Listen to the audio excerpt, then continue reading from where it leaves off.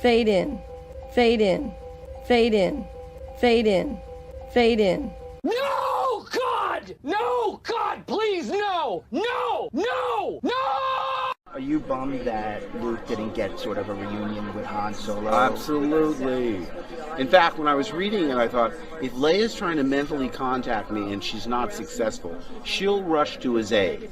She'll get close to him and then get into some dire situation, and that's when I show up for a big yay, save her life. Then we rush to Han and are in the same position that Rey and Finn and Chewie are. Too late to save him, but witnesses. And I say, because it would carry so much emotional resonance into the next film. For us, his wife, his best friend to witness, instead of two characters that have known him, what, 20 minutes? Well, you're assuming that I train Rey. Exactly. Sneaky. Do I? Sneaky. I know, I have to be really careful. People say, was it difficult to pick up and wield a lightsaber again? And I go, do I pick up? Is it difficult acting in this movie? Am Well, I in this movie? I can promise you my part is twice as big as it was in Force When I read 8, I told Ryan, I fundamentally disagree with virtually everything you've decided about my character. Who is this guy? How did the most optimistic, hopeful character in the galaxy turn into this hermit who says it's time for the Jedi to end? I read that and I said, what? I mean, that's not what a Jedi does. I mean, a Jedi is optimistic. A Jedi has tenacity. He never gives up. He doesn't secrete himself on an island. But you'll... Something that George initially set out to do was a kind of 3-act saga with these 3 trilogies. And I think we felt that we should honor and respect that. Liar! Liar! Liar! I think that the thing that George never did was maintain the status quo. And I think that that's really important because... Fuck you, fuck you, fuck you, fuck you, fuck you, fuck you, fuck you! I've kind of lost control of Star Wars, so it's going off in a different path than what I intended. But the first 6 are very much mine and my philosophy. And I think that philosophy sort of goes beyond any particular time, because it's based on history, it's based on philosophy, it's based on a lot of things. And you know, the first 3 basically tell you how a democracy turns into a dictatorship, and you end up with a tyrant, the emperor. It's a very important now, where we are now in our political history. And as always, may the force be with you.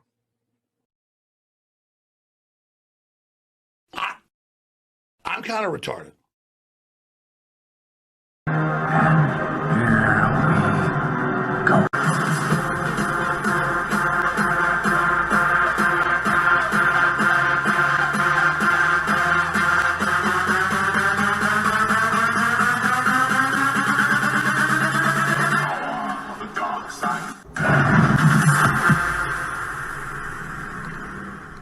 Fade in. Hello. Can you all hear me? I don't know why it wasn't letting me add myself in here, but hello. Hello, good morning. I hope that everyone can hear me. Fingers crossed. Okay. We are going to be doing a continuation from yesterday's stream. I streamed for about 3 hours yesterday, and I was reading the I don't want to call it an article because it's not an article. It's 100% a hit piece. So I was reading the hit piece on Russell Brand yesterday. So, I can zoom in. Score. Okay, everyone's saying you guys can hear me. Great. Okay. I was reading the hit piece and I was like, I've been doing this for almost 3 hours. I lost energy. I went to Starbucks. I have the caffeine. I drank pretty much half of this and then I added water and more Mio. Well, there wasn't Mio in it, so I added Mio to it so that way it counteracts the water. So I will have lots and lots of energy. Fingers crossed. Okay. So what we went over yesterday was the initial allegations.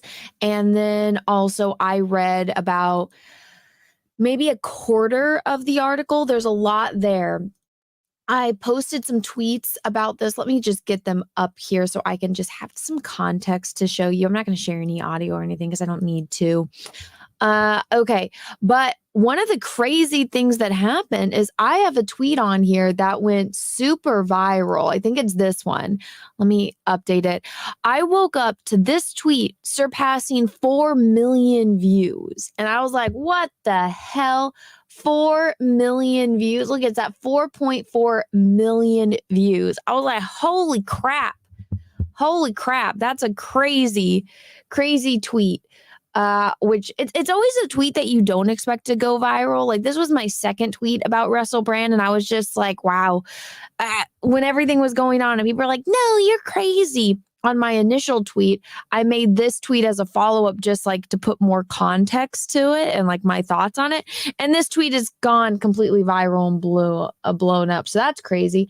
Okay, I had this open on another. No, just go to my account. I want to show you guys. So I posted this other tweet on here.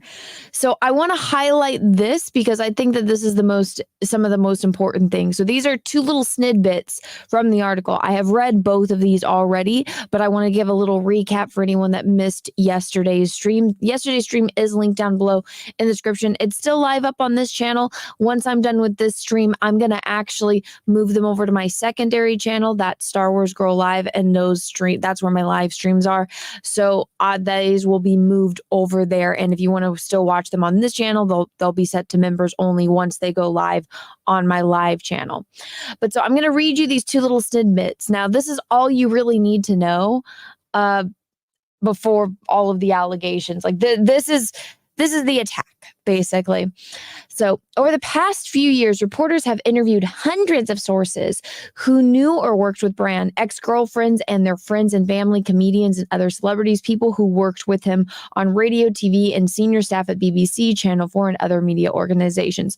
So since he started his social medias and, has been going against the grain and speaking his opinions on the way that the media has portraying things. Ever since then, they have been making it their absolute goal to go and stalk anyone that's ever interacted with him or worked with him or had any kind of relationship. That's demented. That's people going out of their way to find shit that I said it in my tweet. I'm like, they stalked people because they did. That's stalking. You're going out of your way. It's not reporting, right? It's, I don't like this person. Let me go stalk them and stalk everyone that they've ever interacted with. That's fucked up. That's demented. It's not like he's this big, I don't know if I can say this on the YouTube, like terror pause-ist. Like it's not like he committed some crime, right? He's just some crazy British dude that's speaking his opinion on the internet.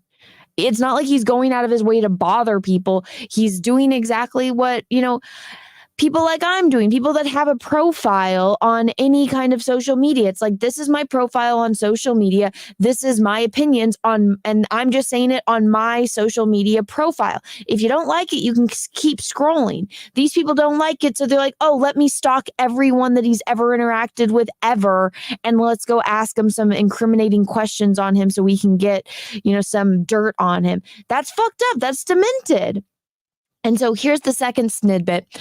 So all the people that they stalked and bothered to try to get dirt on him, this is what it says. All said that they felt ready to speak only after being approached by reporters. Several said they felt compelled to do so given Brand's newfound prominence as an online wellness influencer with millions of followers on YouTube and other sites. So out of the hundreds of people that they stalked and interrogated, only four out of hundreds had anything somewhat incriminating. This is what I said in my tweet. The Times hit here we go. Let me make this bigger. The Times hit piece tells you all you need to know. The media has been after Russell Brand for years, desperately trying to dig up dirt on him. Out of the hundreds they stalked down and bothered with delusions of grandeur, because that's what they did. They said, you need to tell us dirt on Russell Brand, and you're going to be helping the world because Russell Brand is hurting the world. You're going to be helping. You're going to be making a difference. You're special. It's stupid. Delusions of grandeur. Only 4 had stories that were somewhat exploitable, which they've now weaponized. It's fucked up because it is. And that's pretty much the summary of what the whole situation is. Now, yesterday when I was reading the article, I got through the part with the 16-year-old. And after reading that, I'm like, yeah, that's 100% consensual. The only thing she had to like really complain about was some weird sex kinks that he had, and which were all consensual, by the way. Like she didn't say no to these sex acts. She just said that they were weird and she didn't like them. And it's like, well, then you can say no. And then she's like, well, I was young and he manipulated me. It's like, no, hun, you were very aware of what you were doing. He was a celebrity. You thought you were going to be the one to change him, that you were special, and you weren't. And you realized you weren't when, after all the things that were so horrible, the sexual things that he was going to do, or that you guys did together, it was when he said he wanted to have a threesome and you realized you weren't the only woman in his life, that wasn't enough for you, or that was too much for you. So that's when you left. Yeah, no, that's not how it works. That's narcissism at play. But let me read these 2 super chats that came in before I get back into the article. So, Diggy Akuma, thank you for the 10. Don't forget that we see the same thing happen to Johnny Depp and Vic. They both lost before even setting foot in a courtroom to defend themselves. Yeah, at least Johnny was able to clear his name, I think, in public opinion. Well, he got legally, he won. Johnny won, and then also in public opinion. Like Johnny, it was very clear he just wanted people to see his story. Because when the Johnny Depp trial was going on in America, that was the first time a lot of people saw what was going on. And now everybody knows about Amber Heard shitting in the bed. Russell, thank you for the super chat. Any chance of getting a banana suit on Jack's show? Russell, if I don't know where the t-shirt is, but or the shirt is, the banana shirt is. I have no idea where the banana shirt is. I think I might have gotten rid of it, but if we pass 100,000 on my calendar, I will put on the banana suit. Okay? And that's actually reasonable. It's pretty close to passing 100K. All right. Thank you for the super chats. Let's get into this article. You guys ready for this? You guys ready for this? Okay. Should I do it like this? It is zoomed in, or should I do it like this? I'm going to do it like this. Here we go. Also, I need to put this up so you guys remember. Please smash that like button, everyone. Smash it. I would really appreciate it. That would be awesome of you. Here we go. So you can see me and the thing and the smashy the like button. Okay, here we go. We felt we were working for him, working as a pimp for him. Okay, so that was the last part I read off. It was like going from the chick to let's see, that was the little headline for it. Okay, so during the early years of Brand's TV career as a Channel 4 presenter, there were repeated incidents which raised questions about his interactions with young women while working for them. Okay, I need to put my glasses on. For some reason, I have my flashlight on my phone still.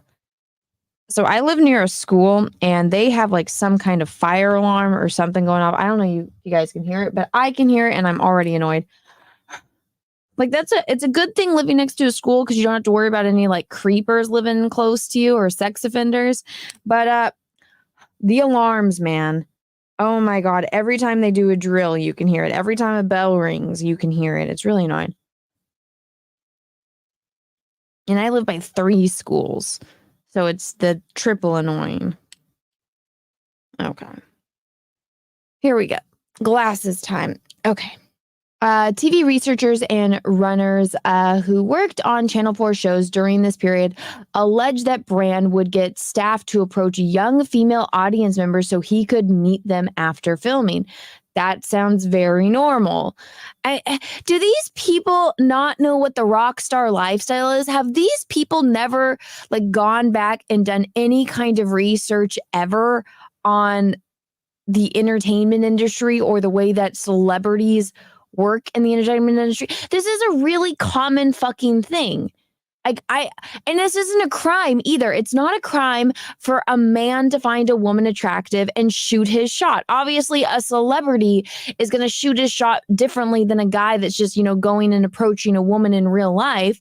Obviously, celebrities have that celebrity aspect to them, and they have people that can assist them. Like, oh, this guy was on stage and he saw some hot chick in the audience that he wants to meet. So he sends his assistant out to be like, hey, he would really like to meet you.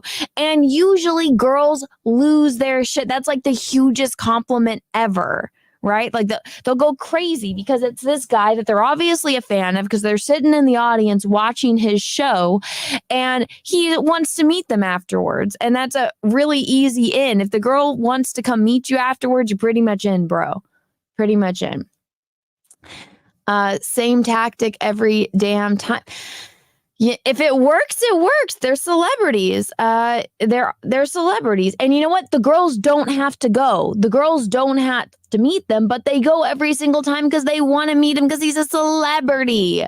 Come on. Okay. 2 former crew members working on Big Brother's E-Forum, a live spin-off debate show presented by Brand that would become Big Brother's Big Mouth, separately claimed this made them feel like they were working as a pimp for Brand. Well, no, that's not a pimp. That's an assistant. I don't think these people know what a pimp is. Go watch the Soft White Underbelly channel. So a pimp is basically you manage your hoes and you manage their money. You don't go and get the girls, if you're a pimp, that means you got girls working for you. They're getting the guys and they're bringing you money. These people don't know what pimps are. If anything, that means you're the hoe because you're going and getting chicks for somebody else, or you're going and getting stuff for somebody else, like the money. It's the exact opposite. Somebody said that would be a wingman. Exactly. You're Russell Brand's wingman. These people don't understand what a pimp is. The people writing the article don't even clarify what a pimp is. Come on, it's not hard. Out of all of the research that they did, they can't even get that right. How retarded. Okay.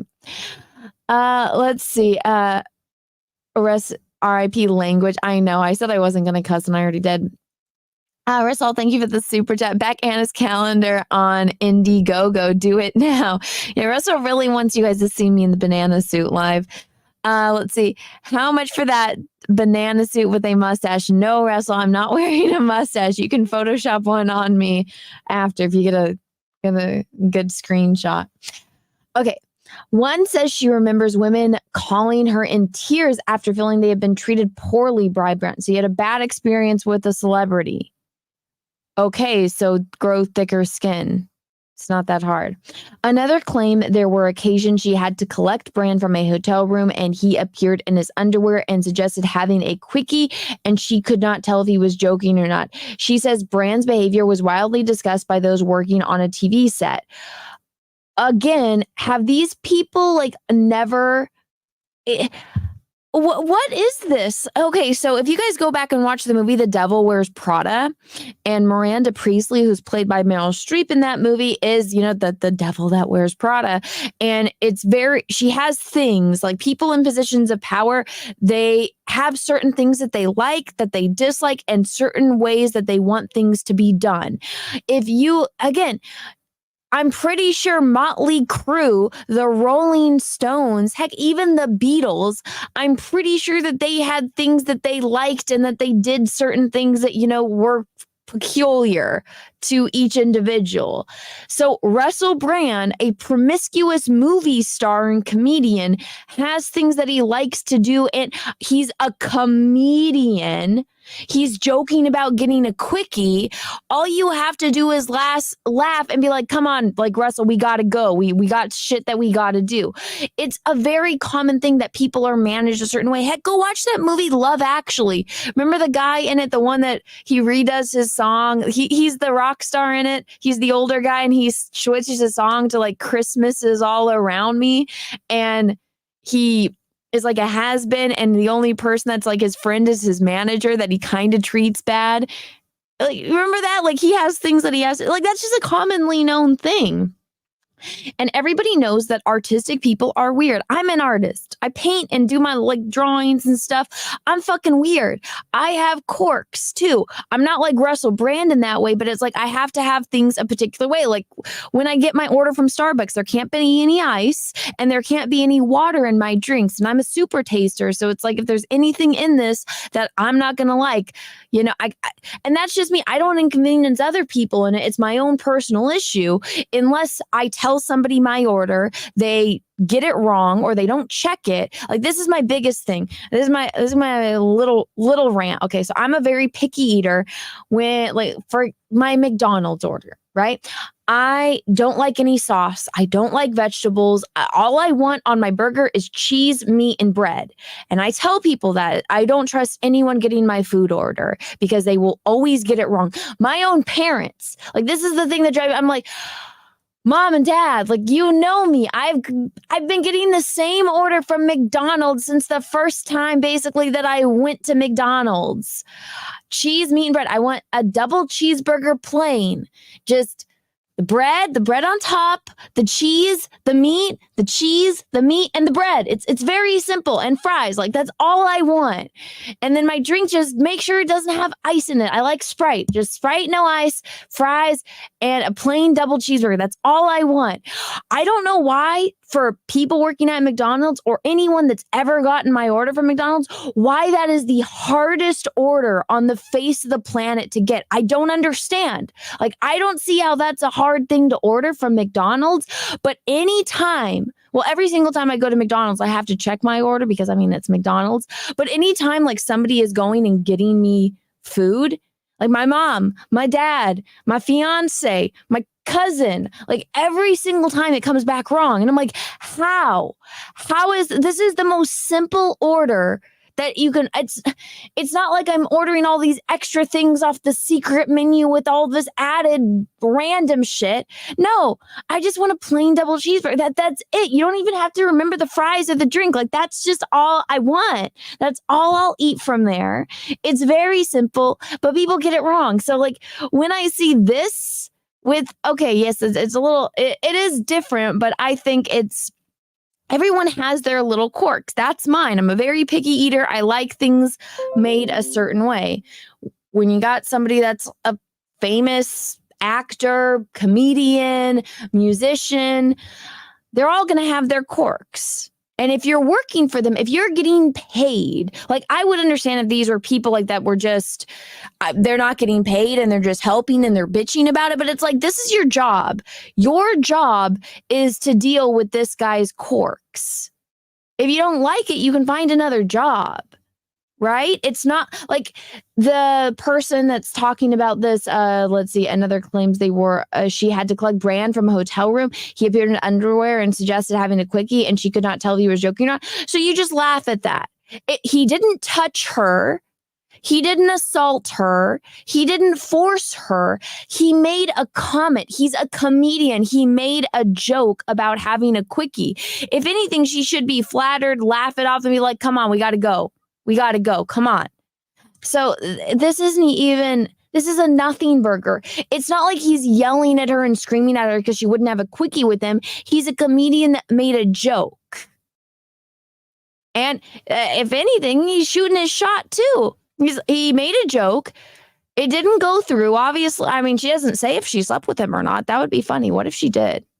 What if she did? What if he was just joking? She was like, okay. And he was like, "Hun, I was joking. No, ew." Like, that would be funny. That would be why a woman would remember that. Actually, now that I think about it. But yeah, I just had to rant about that for a little minute. Guys, if you haven't yet, please smash the like button, please, and thank you. Okay, let's continue. One runner, Rachel, who was 24 at the time, says she once walked into Brand's dressing room and claims he flashed his penis at her. Hun, you walked into his dressing room. Did you knock? Did you knock?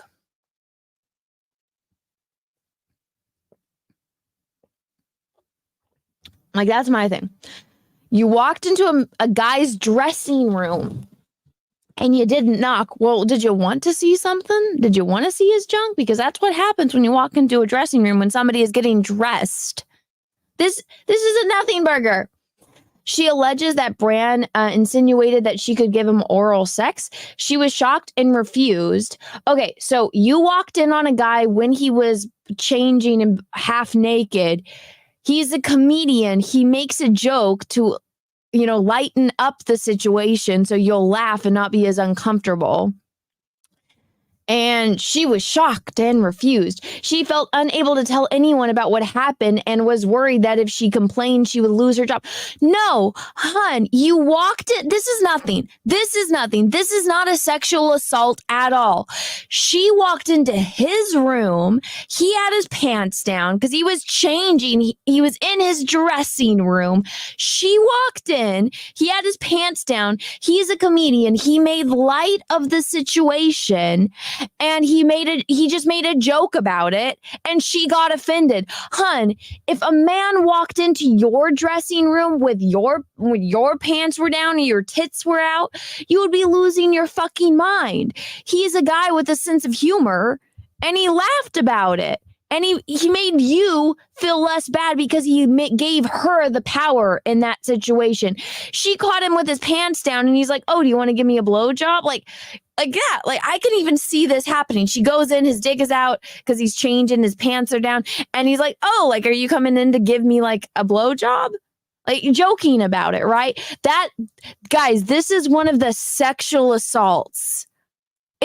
His privacy was invaded, not hers, his. She went into his dressing room while he was changing.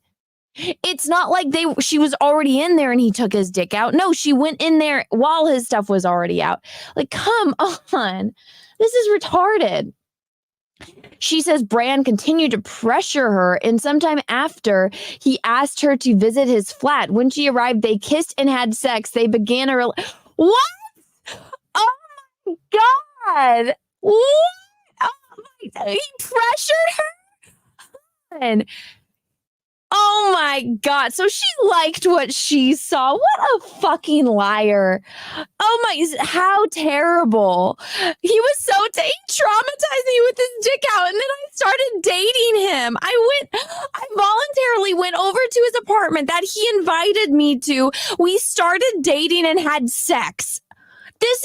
This is such fucking bullshit. What a fucking line. Rachel, you lying bitch. You're trying to say that he sexual assaulted you. You don't go and date people that sexually assaulted you. This chick invaded this dude's privacy. He made a joke about it. She obviously was into it. He hit on her. He shot his shot.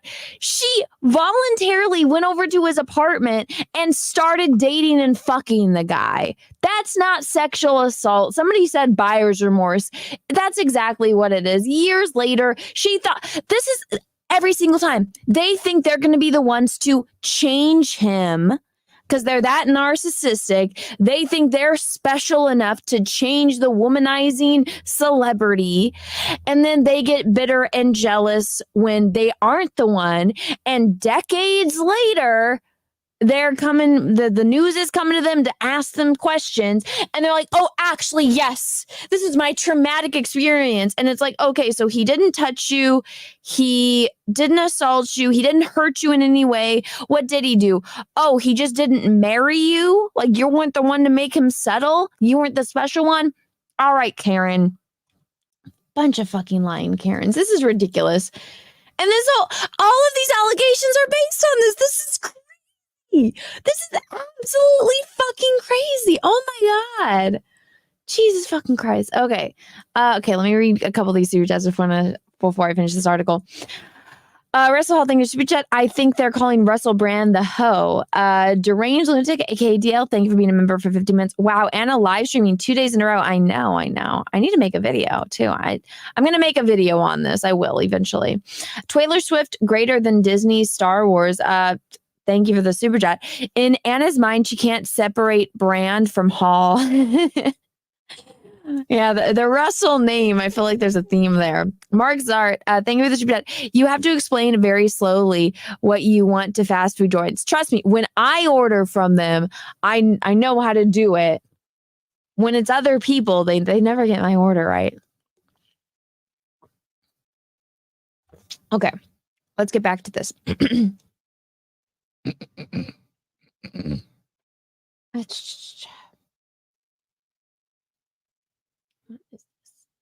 Okay.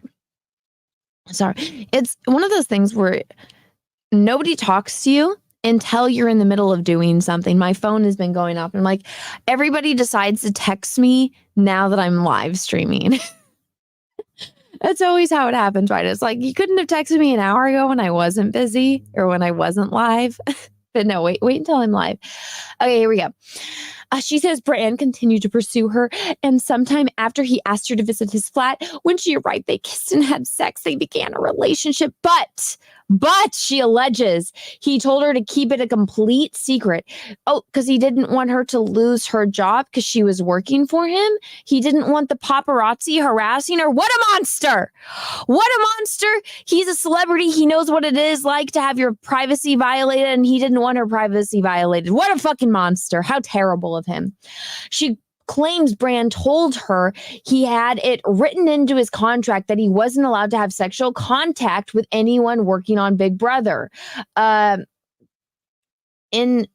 Dimmel, who's this? Is this a person? Said they have reviewed the contract and Brand did not have a clause pertaining to sexual relationships.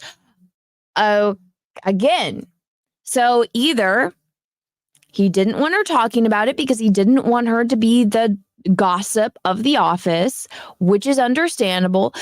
And he didn't want her to be harassed by the paparazzi. So, wow. A man protecting a woman's honor. What a fucking monster. How dare he? How fucking dare he? God damn it, Russell Brand, you monster, protecting a woman's honor. This chick is too dumb to understand that. Wow. How dare he? Where's that Greta? How dare you? How dare you? Okay. A researcher claims Brand's behavior while working on E-Form and Big Brother's Big Mouth was reported to production managers at okay, so this is the name of the company, Endemol. I've never heard of this. The company commissioned by Channel 4 to produce the shows. Excuse me. This is the problem. When I drink my Starbucks, I get the hiccups. Okay. The company commissioned by Channel 4 to produce the shows, they allege that they complained about Brand pursuing audience members for sex, but claims their concerns were dismissed. The researchers remembers being told by a talent manager, it's what happens with the talent. Boys will be boys. It's not a big deal. I agree with the talent manager.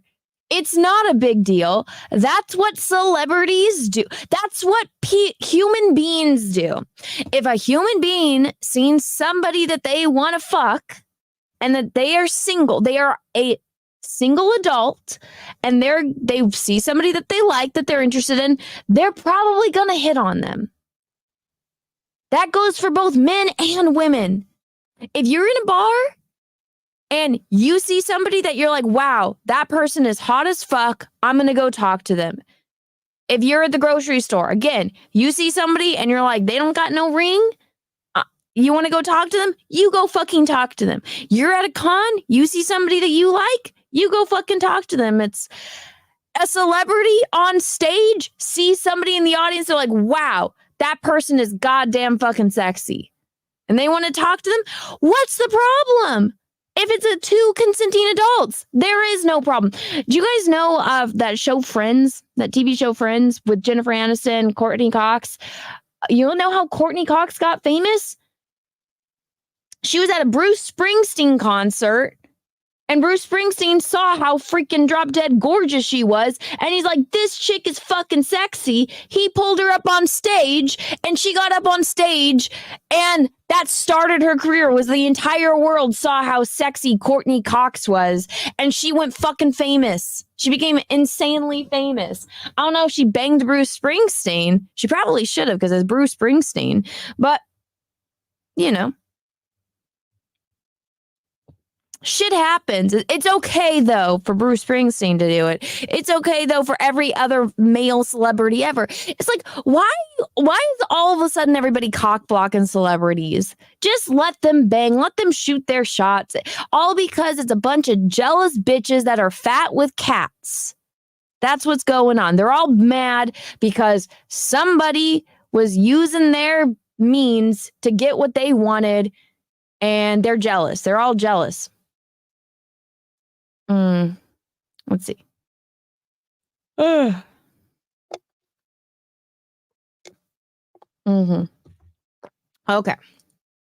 Like I said, I agree with this statement. Boys will be boys. Who the fuck cares? A spokesperson for Berger UK, which bought Endemol. What are these names? Who names these things? Gosh, British people are weird. In 2020, said it had reviewed files and correspondence and could find no records of issues about brand being raised formally or discussed with, or issues being raised about brand raised formally. So then it's a non-issue. It's literally a he said, she said. And if there was no paperwork on it, that means it wasn't bad enough for it to have paperwork. This is retarded. Okay, here we go.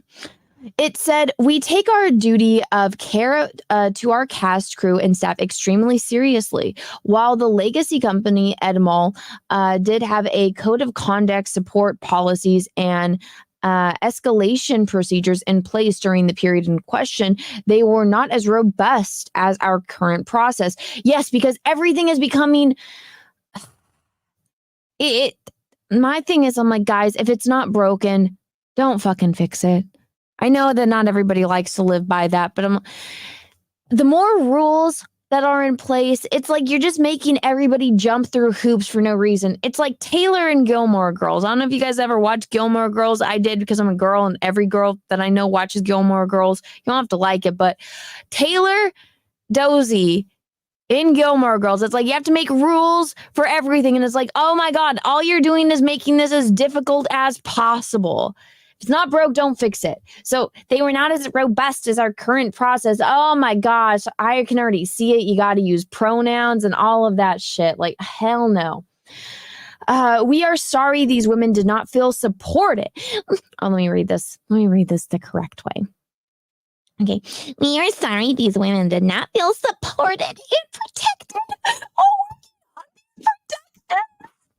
And in light of these serious allegations, encourage them to contact us and confidence. No! What do you mean did not feel supported and protected? This bitch fucking slept with him. This bitch that worked for you banged Russell Brand and dated him. A guy that was probably out of her league as far as like their values, right? Because I mean, I bet she's just like a 9-to-5er working on this show in production, and she's dating a fucking celebrity. So don't give me this shit. Your audio is cutting out. Thank God. I know I was doing the voice. Sometimes it doesn't go as high as I can go. But give me a fucking break that she wasn't protected, as if every single clout climbing chick didn't want to fuck Russell Brand that could work with him. That way they could grow and they can, raise up their status. Give me a fucking break. If anything, all these chicks are trying to use the celebrity. Okay, here we go. Brand would regularly have sex with women he met at events. Oh, so he's like every other dude. A single guy finds a chick that wants to fuck them, they're gonna fuck them. That's what boys do. I don't know why this is rocket science. Heck, that's what most humans do. Same if a girl sees a guy that she wants to bang and he wants to bang her, I'm going to tell you, 9 times out of 10, they're going to fucking bang. That's what human fucking beings do. I don't know why, again, I don't know why this is rocket science. Why are these people acting this stupid? Like, I'm sure this is not a child that wrote this article. This is common fucking sense.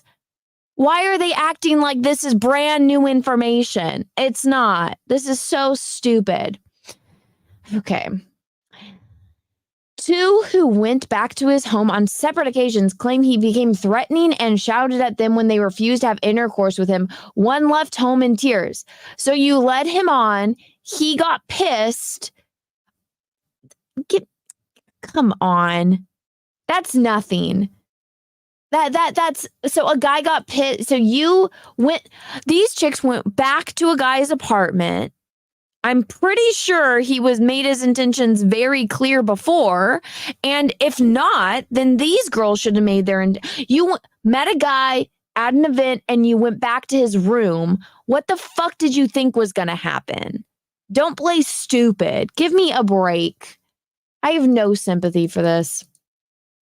Helen Berger. Berger? It's weird. Okay. Helen Berger, who worked as Brand's personal assistant in 2006, says that during her interview for the job, she told one of his managers that she had a girlfriend. The manager later told her that being gay was seen as a plus for the job. She believes the manager wanted to make sure that I would feel safe. He just wanted a purely platonic situation. That's assuming what he meant. But at the same time, it's like, if anything, that some guys consider that a challenge, like a turn on. There's that episode of Friends where Ross and Rachel get the hot nanny, and then Joey finds out she's a lesbian, and he's like, the princess and the stable boy and the lesbian. It's hilarious. I mean, everyone could also just be professional adults and understand that when the celebrity, alcoholic, sex addict comedian hits on you, you just laugh it off and say, ha ha ha, yeah, funny. You know, it's not that hard. Again, none of these women, all of these women that are claiming, let me do this, sexual assault or that he was abusive, none of them are making these claims outside of like their relationship. Once they actually are in a relationship, he doesn't put his hands on any of them. He doesn't force them into any situation. Every like situation where the people get past like the point of just talking and like actually touching, all of that is consensual. Have you guys noticed that? Every single story that I've read, when they do fuck him, it's always consensual. Everything that they're complaining about is things that he said or like him after the fact of breaking up with them. That's what they're complaining about. He hasn't done anything wrong based on all of these allegations. And the entire internet is dragging him for this. It's like, so you were mad that you weren't the special one that changed him, that he didn't settle for you? That's the problem you have. You don't see how that's fucked up. But this is so stupid. He hasn't done anything. I'm reading this, like I'm halfway through this article now. He hasn't done anything. He hasn't done anything illegal. He hasn't done anything where it's like aggressive to the point where, you know, it's physically damaging in any way. No, he hits on women and they say that they're offended by it, but then they end up dating him and fucking him. So obviously they weren't offended by it. They're offended by it now, 20 years later, because he's married with children and successful, and they're probably fat, single with cats. I guarantee it. What? And you know, that's probably why most of them, the 4 out of hundreds of people that are claiming he did shit with them, I guarantee it, that once their names do come out, we're all going to see that they're single, fat, with cats. Guaranteed it. Oh my God. Berger says that Brand was a narcissist. Yeah, don't fucking say. He admits to being a narcissist. He's a celebrity. Of course he has some level of narcissism. That's not a secret. And that's not a crime either. He isn't hurting anyone. He might do weird kinky sex with people, but those girls are willing participants of the weird kinky sex. So this is so stupid. A person is not a criminal for being a narcissist. They're probably not the best person to be around, but that's not a crime. Jesus. And would often, okay, so Berger says Brand was a narcissist and would often only wear underwear while she worked. Again, I think that they're missing the point. Like, so he's not a medical doctor. Like, he's not a medical doctor. He's not performing surgery on anyone. What is his job? What is his primary, like, what does everybody know Russell Brand for? Is it that he's a comedian? And what do comedians do? Is their like entire goal to make people laugh? I'm pretty sure that's what their goal is. And what do some comedians do to make people laugh? Do they do outrageous things that are like self-deprecating to make people laugh?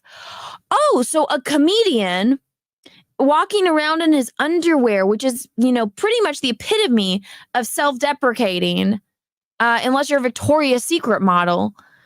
It's skinny Russell Brand walking around in his underwear, which he's probably wearing tighty-whities. That's self-deprecating humor. He's trying to be funny. He's he's narcissistic. He's probably confident in his body, but at the same time, narcissists are very, very self-conscious people, and that's why they think that their shit don't stink. But at the same time, it's weird because it's the conflicting personality aspects where they think that they're the bestest ever, but they're so self-conscious about what other people think about them. So Russell Brand going out there in his underwear, a comedian walking around in his underwear in front of a lesbian. I feel like that's an episode of a sitcom. Again, walking around in your underwear is not a crime. At least she should be happy that he's got little tighty-whities on. Okay. She also remembers Brand openly showing his friends intimate pictures of women.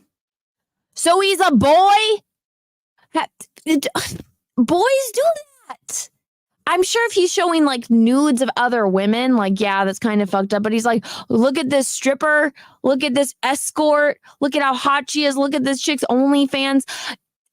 Like, you don't think that guys didn't like share Playboys? Like, is this an outlandish concept? I don't understand.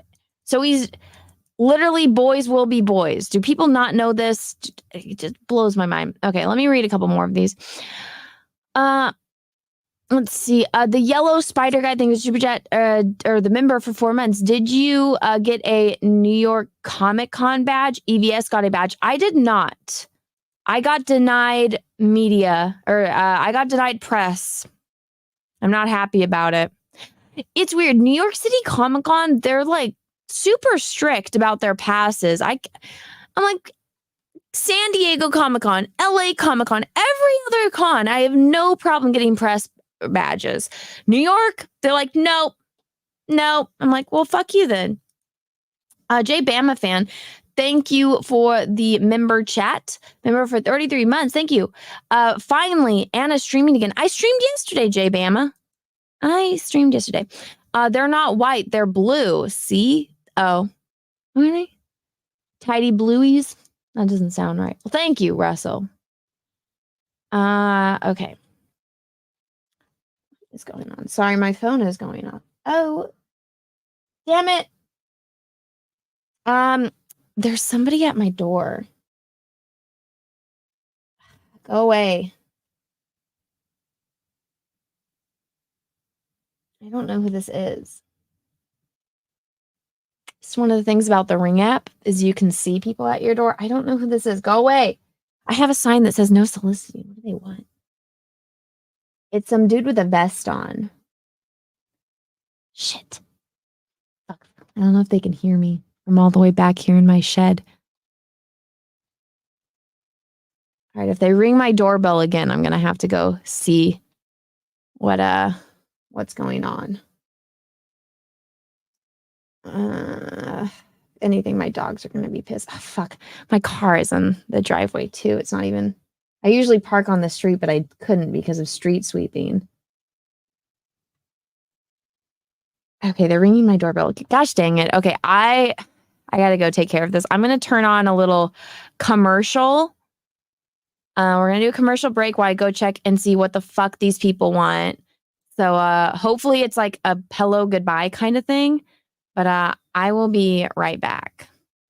Carrie, you play in this film what I might describe as a damsel in distress, but a very unusual one in that you seem to be a very liberated, outspoken damsel. Is that what actually appealed to you about the part? Well, what appealed to me was that George Lucas, who wrote it and also directed it, didn't want a damsel in distress, didn't want your stereotypical princess, you know, sort of a victim, frightened, incapable of dealing with the situation without the guys. So he wanted a fighter. He wanted someone who was independent, and that's what appealed to me about that part, yeah. When you read the script, which I imagine was several years ago now, what was your reaction? Because it is, I'm sure then it must have seemed, to some extent anyway, a pretty bizarre kind of film. Well, I wanted to know what the lunch breaks were going to be like, you know, when they said cut, and here you were sitting around with three-headed monsters and people with hairdryer heads and so on. But it was a terrific script because they had to budget the film like a low-budget film. They call it the most expensive low-budget film ever made. They had to plan every shot because they were going to have to devise all sorts of new things for the special effects. They only had, and I say only, but for special effects it's not much, $3 million. It's a $10 million film, which is the same as what 2001 cost 10 years ago. They devised a whole new method for shooting the special effects, which was computerized. And they would have a memory, and it would just shoot the thing on against a blue screen over and over for about a year to perfect all of the things, the blowing up of certain portions of the planets and so forth. It took a long time to do all that. So they used models and shot each individual movement separately. Yes. Rather like a cartoon is made in a sense. Yes. Now, as well as working with robots and strange sort of creatures, you also get involved in some very hairy, death-defying scenes yourself, don't you? I'm thinking in particular when you fly across that chasm with the handsome hero Luke. How did you feel about that? I mean, I presume you did it, did you? It was you. It was me. I don't want to brag or anything, you know. No, it was difficult to do because it was about 30 feet up, and they had a brace on Mark Hamill, who plays Luke, and one on me connected to him. And they put 2 cameras up, and first they hung us from the ceiling to check the durability of the rope or the actors, I don't know which. Charming. And the crew made fun of us. We just hung there helpless. And then we did the swing across, and I was very frightened, and we did it, and I liked it, but we did it right. Now, I've heard this film described in all sorts of ways, and I've seen it for myself. How would you sum it up? How do you sum up the story of the thing? Well, it's good against evil. It's George's homage to every film that he ever loved. George loves films, and that's what this film is about, is movies. Every scene is, in some way, reminiscent of a scene in a film that we all loved before, like in High Noon, there's a bar sequence, only this time it's with monsters instead of Gary Cooper. And you've got The Wizard of Oz, we have a robot that looks sort of like the Tin Man. You have adventure like Robin Hood, we do swing acrosses. I guess it could even be like Tarzan. Buck Rogers, it's got everything in it, every ingredient. George made a movie that he wanted to see, not a movie that he thought the public would want to see, because if he thought that if he'd made a movie like that, we would be seeing a disaster film again or something like that, probably. And touch of the Flash Gordons as well in this. It's got whatever you want it to be. It's a pure entertainment. It's like a roller coaster ride, and it can be interpreted as long as you enjoy it, which is the intention of it.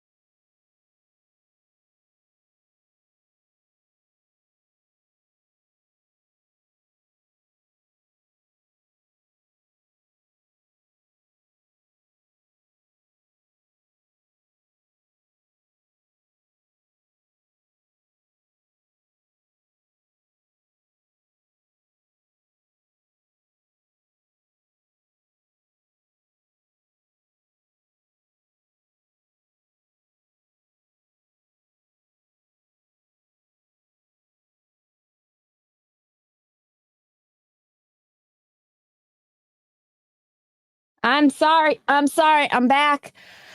It was a monumental waste of my time. I had my thing open. Yeah, I'm never fucking I don't understand. No soliciting means no soliciting. And just I'm so irritated. I texted Peaches and I'm just like, we need a bigger no soliciting side.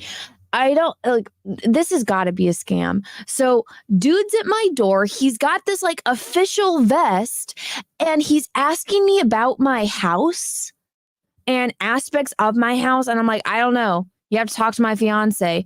He's like, well, where's your fiance? I'm like, at work. And then he's like, oh, what do you do for work? And I'm like, that's none of your business. And I feel like people just don't like, it's like, you're wasting my time. And I said, I was like, there's a no soliciting sign. And he's like, no, I just need to ask you a few questions about your property. And I'm like, he's got it's the official vest and it looks like a State Department vest. And I'm like, you want to ask about my property? Like, no. And I'm like, you're not entitled to know anything about my property. I'm like, I don't have to tell you anything. People aren't like, they don't like it when you don't tell them shit. And I'm like, it's a fucking scam. But moral of the story, guys, it was a dude scamming to ask about my property. And I told him, I'm like, you're gonna, I'm like, I'm telling all my neighbors. I'm like, don't bother any of my neighbors. And I am so glad my dogs can read my mood.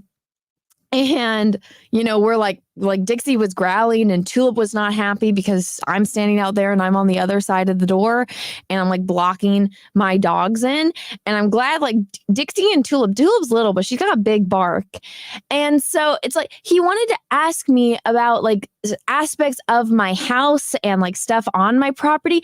And I'm like, no, you're just like a guy walking around trying to like get information on everyone's houses because either you're going to rob them or you're going to do some kind of scam, or you're like one of those real estate people that's trying to scout out a neighborhood. No, get off my fucking property. And like the only reason like why I went to answer the door, because I saw somebody in the chat say like, you're not obligated to answer. I was like, well, if you don't answer after the first ring and they're still there and they're wearing some kind of vest, like on my Ring app, it's not the most clear thing. So I'm like, okay, it's got to be something serious, right? No. And he did not like that I wasn't giving him an answer. And it's like, oh, well, what about this? And what about, and I'm like, no. And I'm like, I'm working. I said I was in the middle of a business call. And I was like, I'm in the middle of a business call. Like, I have to get back to it. I don't have time. And I told him, I was like, I'm usually not rude. But when somebody I'm like, you came onto my property and you're bothering me. Like, I didn't go to your house and ring your doorbell and upset your dogs and ask you all these fucking private questions about your property. And I'm like, no. And he's trying to get regulations. And I'm like, no, that's not how it works. And I told him to leave. I said, can you please leave? And if you bother, I was like, I already texted my neighbors, don't bother my neighbors either. So it's so irritating. Or Anna's business call. Yes, you guys are. You're my 350 witnesses that, guys, if I die, if I magically disappear, it might be that person, that dude. I'm really annoyed. Remember, I don't know if you guys remember this. I don't know if I talked about it on air. About, like 3 or 4 months ago, we caught it on the Ring app. I slept through this. I was knocked out. I'm on my day schedule right now. I'm being a day walking vampire, but I was on my night schedule. And I remember like the doorbell ringing and the dogs barking, but I was gone. I was sleeping. And I checked the Ring app after, and this guy walked around with like a long stick with a camera on it and was taking pictures of our house and our roof and like our property. I'm like, what the fuck are you doing? And I told Peaches after, and he was wearing a fucking vest too. And we told our neighbors, and they're like, what? Like our neighbor next door, I was telling her about it. And like I showed her on the Ring app, and they have cameras too. And like he walked around our house taking pictures with like a camera on a stick. He walked around her house, and like we tried to zoom in on the Ring app to try to see like what it said on his vest. I bet you it's the same fucking people. And none of them work for the state or the city. So I'm like, what the fuck? And it's like, when they don't immediately tell you what company they work for, that's fucking sus as hell. Scammer. Yeah, probably. Yeah. I don't like it. If I magically disappear, you all know why. And all because I talk about Star Wars and now Russell Brand. Give me a break. Well, I'm glad I have dogs. I'm gonna text Peaches home. We need a bigger dog. I really want a boxer. I like boxers. They're so cute. Okay. Yeah. Well, look, I have cameras all around my house, so this mofo's on camera, and we had taken screenshots, and we saved the video from the guy with the camera on the stick. And so my community, we have like a Facebook group where everybody communicates with each other. So I'm definitely putting this on there. It's annoying. It's really bothersome because I have had city workers, and because the city, they're in charge of like trimming all the trees that are along the street in our neighborhood. And if you don't answer, they put like a little flyer on your door, and they're really nice. They're literally like, just, hey, I work for the city. We got to cut the trees down on this day at this time. So make sure your cars aren't there because we're not responsible if anything falls on them. It's super simple. If you ask them for their badges or you ask them for their work order, they'll show you immediately. They have everything prepped. Like, that's when you know it's an official city worker. When it's a scammer is when you ask them a question, they ask you another question. You know, fuck this shit.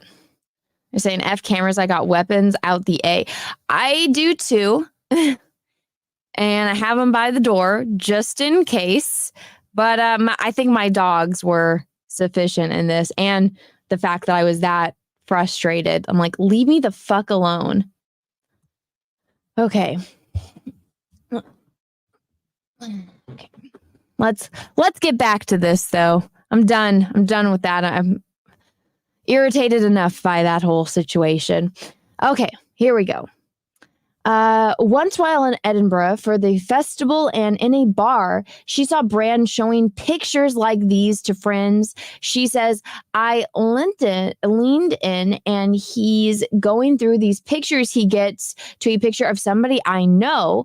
It did something to me. It made me feel really sick to my stomach. These are women who aren't expecting to be shown to dudes, the dude's friends. Hun, once you send a nude to a boy, it's out there. And that's why, remember the one chick where he said, no, yeah, don't send me nudes? It's because he knows what boys do. Once a girl sends a guy a nude, or once a guy sends a girl a nude, you don't think girls don't show nudes of guys often? Remember that, what was that movie? I think it was Susan Sheridan and Goldie Hawn. Like the Banger sisters or something. They had the tattoos and they used to be groupies, and they have like a little box in the closet, and it's all just a bunch of celebrities' dicks that they fucked. And they're going through the box of like penis pictures, and they're like, oh yeah, this was this guy, this was this guy, this was this guy. Sheridan, did I say her name wrong? What was her name? The ginger chick. It's like her and Goldie Hawn. Yeah. And Joe Davis says, I share and make fun of them. Yeah. Okay. So when, whatchamacallit? Okay. Guys send me dick pics all the time. You don't think I laugh at them? I think I sent some to Cecil one time, and I sent screenshots of this whole like DM thread. And I'm like, look at this, like how pathetic this is. And they're like, what the fuck? Like, why do guys do that? I'm like, I don't fucking know. Susan Sarandon. Okay. I said it wrong. I totally did say it wrong, didn't I? Okay. Let's get back to this. Lillian Dalla Piana. That's an interesting name. A highly experienced celebrity assistant who worked for Brand between December 2007 and January 2008 says okay, here we go. Let's go. that she believed she was hired by his managers because she was nearer to his mother's age than his. She recalls that at her interview, Brand said that he liked to walk around with nothing on, or sometimes just a long, what is this, a coffin? Kaftan? What's that? Is that like a banana hammock? With nothing underneath. I'm going to Google this. What is this? Am I going to regret Googling what is this word? I don't know what this word is. Oh, it's like a robe. I didn't know that there was a word for this. Okay, it's like it's a robe or a tunic, but it's an Asian robe or tunic. Okay, I've never heard of it before. I've seen it. I never heard that word before. With nothing underneath. Dalla Pina remembers saying, I've got a son who's older than you. I've seen it all. How is this offensive? How is this an issue? Why is this in this article? This is stupid. What is this? Let me read some of these super chats. First of all, they're not white, they're blue. See, I read that. Mark, sorry, thank you for the super chat. Don't you hate it when you are doing something, people start calling you or someone shows up at the door? Yes, it always happens. Russell, thank you, super chat. Anna, you don't have to make excuses. The chat understands that your IBS gives you frequent bouts of explosive diarrhea. It's gross, but we get it. What is IBS? I don't know what. Do I need to Google IBS? What is this? Oh, irritable bowel syndrome. So in like IBS in children now, this is not like pleasant. What are 3 symptoms of IBS? Abdominal stomach pain and cramping, changes in your bowel habits, bloating and swelling of your stomach, excessive wind, occasionally experience an urgent need to move your bowel. How do you move? Oh, like pooping? I didn't even know. See, Russell, I don't even know what this word is. But thanks for the super chat. I wish it was that. Well, I don't wish I had a disease, but that would have saved me time yelling at somebody. Okay. Junior, thank you for super chat. The banana suit shut down that scam ring. I know I should have answered in my banana suit.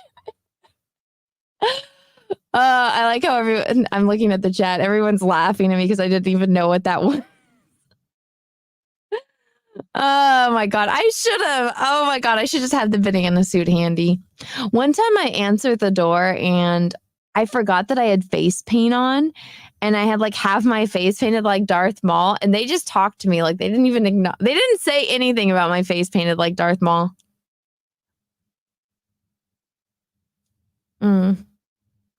I hear street sweeping. Okay, let's get back to this. Rimru 23 thinks angry hobbit will scare away any scammer. I wish it worked faster though. Russell, thank you for the super chat. If you'd wear a tail, it'd plug that up. Russell, thank you for the super chat. You laugh at those pics, you heartless monster. Of course I am. Russell, thank you. You don't laugh at all the pics, do you? Surely not.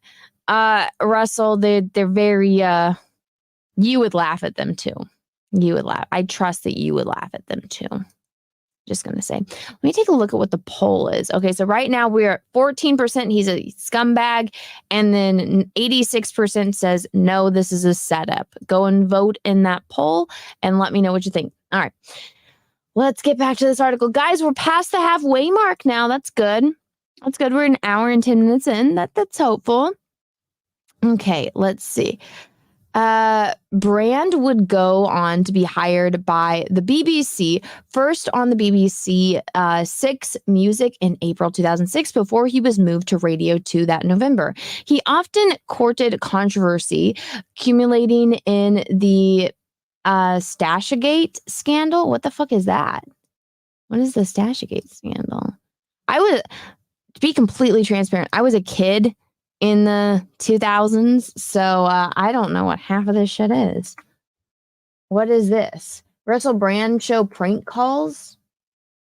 In a pre-recorded episode, the Russell Brand show broadcast in Okay, radio October 18, 2008. Comedian Russell Brand presented Jonathan Ross made a prank, calls an actor Andrew Scatz that causes controversy in the United Kingdom. What is this? Wow, there's an article. The Sun released an article 1 day ago about the scandal. And then there's one 10 hours ago. What is this scandal? Can somebody just like give me a really quick synopsis or not synopsis? What was it? What's the elevator pitch of the scandal? What happened? It was a massive scandal in the UK. I've never heard of this. Can anybody tell me what this was? What, like the Cliff Notes version? What happened? Because I don't want to have to read another article. What happened? They're writing articles about it right now. It's got its own Wikipedia page. Let's see. Okay, that was when he phoned up Manuel from Faulty Towers saying he had fucked his granddaughter. Ooh, he mocked an old man by saying he slept with his granddaughter. Oh. Okay, so what happened? He called up the old man. He said, I'm banging your granddaughter. What happened?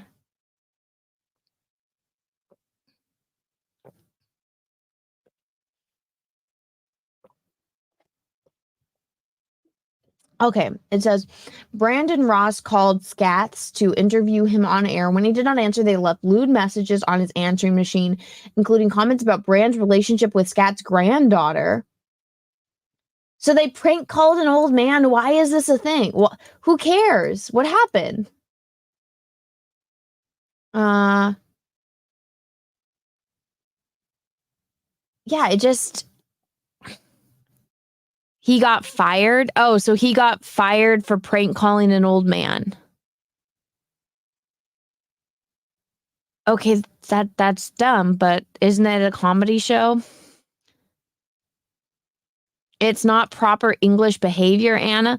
It's a comedy show. You hired a comedian. It sounds to me like he was just doing his job. All right, whatever. Okay, let's get back to this. In 2008, Brand and his co-presenter Jonathan Ross made prank... Oh, I should have just read this. Prank calls to the actor Andrew Scatz, who had played Manuel in Faulty Towers, leaving lewd messages on his answering phone. Brand... Oh, I like how they say on his answer phone. They didn't even spell answering phone correctly, unless British people don't. Brand hinted at a relationship with Scath's granddaughter, Georgina Balia, or Bailey. I don't know how you say her last name, Georgina, promoting Ross to declare he fucked your granddaughter, which Scath's had not known about. Who cares? Why is this even an issue? They prank called an old man. When the scandal emerged, Gordon Brown, then the Prime Minister, criticized the broadcast, and both Brand and the station's controller, Leslie Douglas, resigned from the BBC, which was fined £150,000 by Ofcom. The BBC admitted the editorial scandals had been broken. Or editorial standards had been broken. That's retarded. They literally publish that you want to get on the BBC. I'm going to fix my damn legs because I'm sitting on them and they're going to fall asleep. The BBC literally published a sex call between Prince Charles and Camilla about him wanting to be her tampon. These two just pranked an old man. That's retarded. Oh my God. You Brits need a sense of humor. You're fine with like exploiting the prince and his girlfriend, but you're, oh my God, prank calling an old man. That's off limits. He's grabbing at my underwear. I'm telling him to get off. Following the scandal, Brand moved to Los Angeles, where he focused on a Hollywood film career in a new American TV show. He remained in LA after his marriage to Perry failed in 2012. Why did they just jump all the way to Katy Perry? That's a big area where they just skipped over. At a party one night, he met Nadia, a businesswoman who was in her 30s. They exchanged numbers, and Brand later got in touch and then began texting and talking on the phone.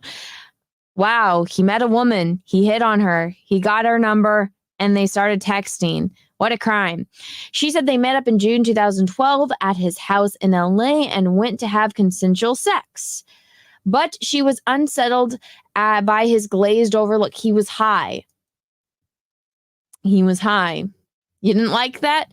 It's like, he's Russell Brand. It's not a mystery. The guy was in like every single movie. He's in Get Into the Greek where he's getting stoned. Just get stoned and pet the fuzzy wall. You don't like his stoned look? I don't know. Maybe don't date a stoner.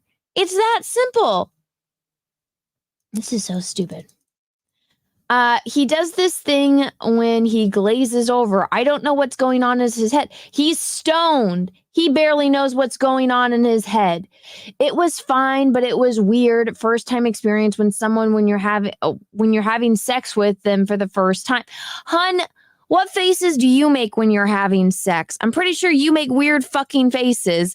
He's stoned out of his goddamn mind. You're having sex with a stoner. What do you expect?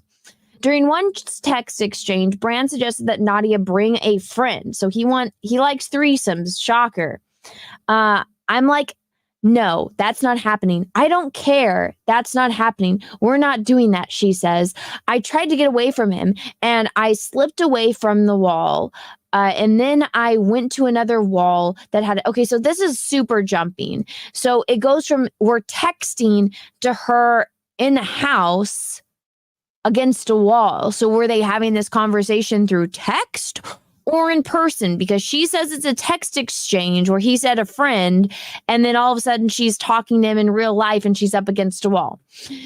She says, I tried to get away from him and I slipped away from the wall, and then I went to another wall that had a painting on it, a huge painting, and my bag actually got stuck underneath that and it's still on my arm. At this point, he's grabbing my underwear and pulling it to the side. Okay, so you're in your underwear. You got your purse. He's pulling your underwear to the side. You're saying no. This doesn't make any sense.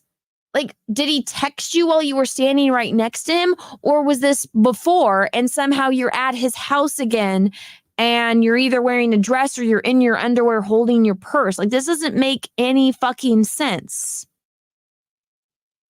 Let's see. This one, you notice how she's not saying that she's telling him to stop, like, stop, don't touch my underwear, don't touch me. She's just up against the wall in her underwear. Now, all of a sudden, it goes from texting to being up against the wall in your underwear.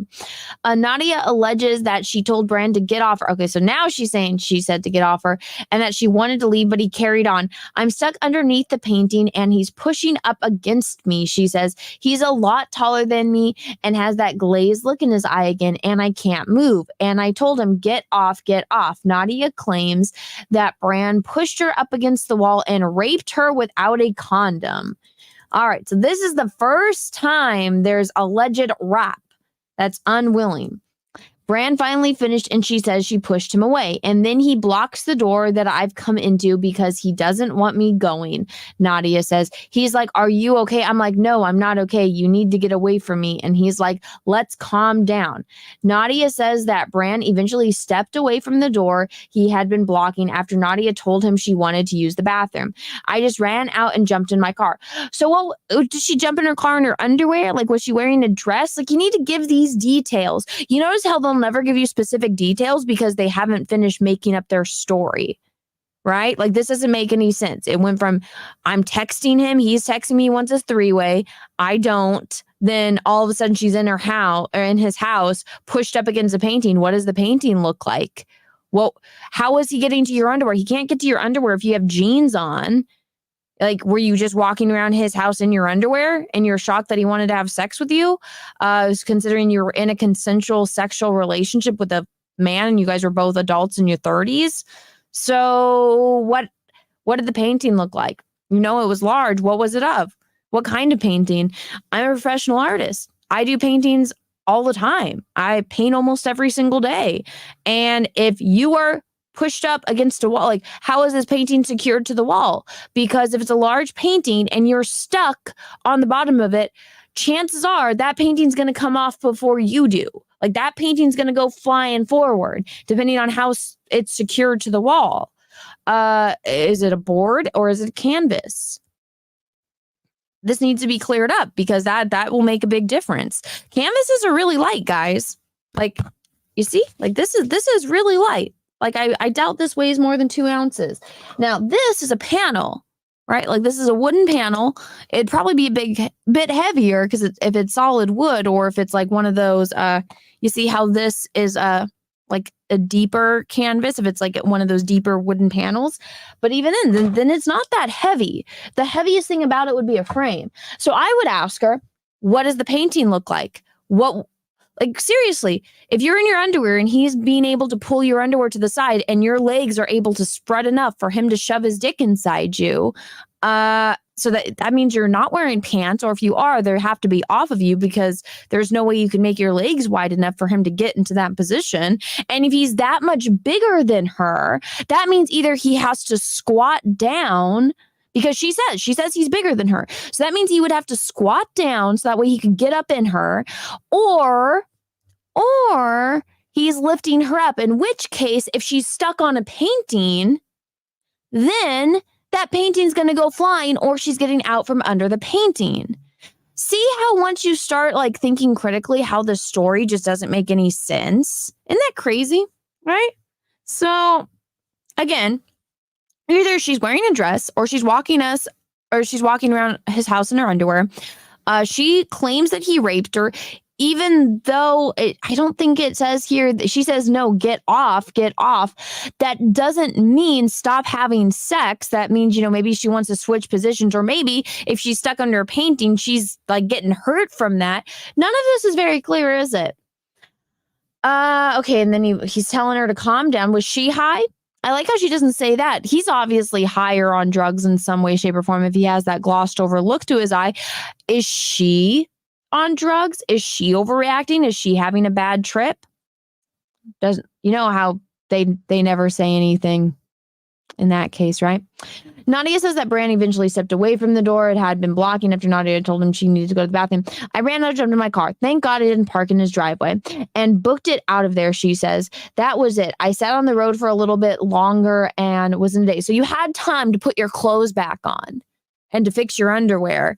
So he obviously isn't this monster. He lets you, like, if you walked around him to go to the bathroom and you, like, were you doing it like right by his front door so you're able to walk through his house and leave his house? And I mean, if this is a guy that's like a rapist and he's forcing you to have sex, well, you guys were in a consensual relationship. He wanted to do more kinky shit. You said no. Jumps around from texting to saying no in person, and about the three-way, not for whatever reason, it jumps from them having a texting conversation to being in person, her still complaining about it, and then having sex. Nothing about this story makes sense or adds up. And they don't give you any specific details because that's when you can point out that they're lying, right? We watched the same thing happen with Amber Heard. And I saw some blonde woman, like some video of her going viral, and it's like she's screaming. She's like, maybe some of these are true. And I'm like, if they were true, it would make more sense. Like, she says right here that he's taller than her. And it's like, okay, he's a lot taller than me. All right, so you're stuck under a painting, meaning it's got to be at your shoulder or lower.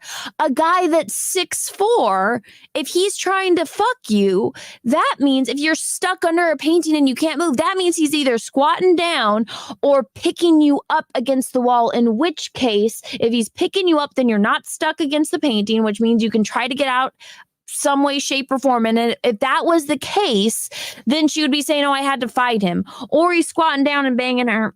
And I highly doubt that that's happening too. Just nothing about this story really makes sense. It doesn't make any sense. Like, did anybody here, like, do you guys agree with me? Do you guys see the holes in this story?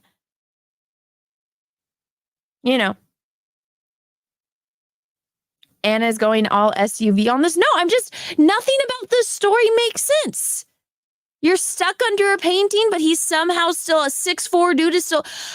able to bang you. I remember I dated this guy when I was in college, and I teased him because he was so freakishly tall. I'm really short. He was 6'5", and that was like his nickname. I called him 6'5", and I always had to wear massive high heels when I would go out with him because I was so fucking short. And this is why I'm like never again. Like guys that are over 5'9", I'm like, you're too fucking tall. I don't want to have to like climb up a ladder to kiss my boyfriend, right? Or to kiss the guy that I'm dating. And it was annoying because I'm like, you're too fucking tall. And my feet were just always killing me because I had to wear like massive stiletto heels to even be up to his shoulder. And it was a pain in the ass. And yeah, sexy time, it was not easy based on how little I was, unless you're laying down or you're getting picked up. And it's like, it's a whole lot of working out, right? So it's just, it's ridiculous, you know? So this story, I'm like, no. Because guys also, like, most of the time they don't want to, like, how if you're stuck under a painting, he's crouching down to do the deed with you, and it's like, so that means he's basically doing squats while he's fucking you. That doesn't make any sense. No, if a guy that's that tall has you up against the wall, he's picking you up and putting you up against the wall, which means you're not under the painting. And if she's struggling this whole time, and if he's pulling her underwear to the side and he has her up against the wall, then you're going to be able to get out of that. Russell Brand isn't like an Adonis. He's not made of muscle. Yeah, I'm sure he's like stronger than her because all men are stronger than women naturally. That's just how it works. That's biology. So it's not true. It doesn't make any sense. And they're like, well, she was treated for like with a rape kit. And I'm like, that's because of the condom, which we're going to get to in a second. And he says, let's calm down. She gets off. I was in a daze at 3:29 a.m. Brand sent Nadia a text message. He wrote, I'm sorry. That was crazy and selfish. I hope you can forgive me. I know that you're a lovely person, X. He tried phoning her at 3:51 a.m., but the call went unanswered. That's not something. A guy that raps you doesn't call you back after. Okay, so this is the text that's like very severely photoshopped. I can't get it. Oh, well, you guys can see right here. Like there's a little break in here, which is where things are photoshopped. And it's also slightly slanted. Oh, excuse me. So he's the black text. She's the blue text. He says, I'm sorry, that was crazy and selfish. I hope you can forgive me. I know that you're a lovely person, X. And then her, you scared the shit out of me. You're right. I am a lovely person. And for you to take advantage of me like this is unexpectable. I think she meant to say unacceptable. You have a problem. You need help. I can't stand people that don't spell out the word you. It's Y-O-U. Your phone will automatically type it for you. That's irritating. That tells me all I need to know about a person. Do you type out you or not? You think you can get your own way all the time. Do you know how scary you are when how scary you are when that glaze look comes over you? When a girl say no, it means no. Okay, so this is the part that's photoshopped. Do I have to go and get myself tested? ? Last time you asked me condom or no condom. When I say condom, that doesn't mean it's optional. Okay, so that whole section is a photoshopped insert. You can see the difference in the text. Like, look, it shows up on the screen. Look at how everything is spaced and like awkwardly slanted. Here we go. When I say condom, that doesn't mean it's optional. You don't have the best reputation. I pride myself on being safe and trying to make the right decisions. Obviously, this was a bad one. I'm so disappointed. So this isn't about ROP. This is about using a condom. Because she knows that he's promiscuous. She knows that she's not the only one that he's fucking. So even though this is a Photoshop text, it's not about getting wrapped. It's about having unprotected sex because she doesn't want to get an STD. I'm very sorry. You don't need to get tested. I will make this up to you somehow with live and kindness. not my original idea, which was more sex. You've been lovely to me, and I'm embarrassed by my behavior. Sorry. Then he texts her later, will you ever forgive me? Oh no, what happened? Here we go. Nadia says she was up most of the night. Well, yeah, because if he's texting you at 3 a.m, you were up all night. She had not replied to Brand's text until 10:59 a.m. She wrote that he had taken advantage of her and scared the shit out of me. She wrote in her text to Brand, do you know how scary you are with that, Grace? Okay, this is over. Let's see. Good tested. Brand replied, very sorry. Okay. The U.S. phone number that Brand used to send text messages has been verified by multiple sources. All right. We'll show the screen recording of her going through these text messages so we can see the actual text message and not the altered one. Nadia, meanwhile, had told a close friend what happened, and she took her to the rape treatment center at UCLA Santa Monica Medical Center the same day. So she went and got tested for STDs because they had sex without a condom. Okay, guys, when it's like a rape center, it's free. She went there. She went to the college because it was free. She didn't want to make a doctor appointment. She went to the free center because she's cheap as shit.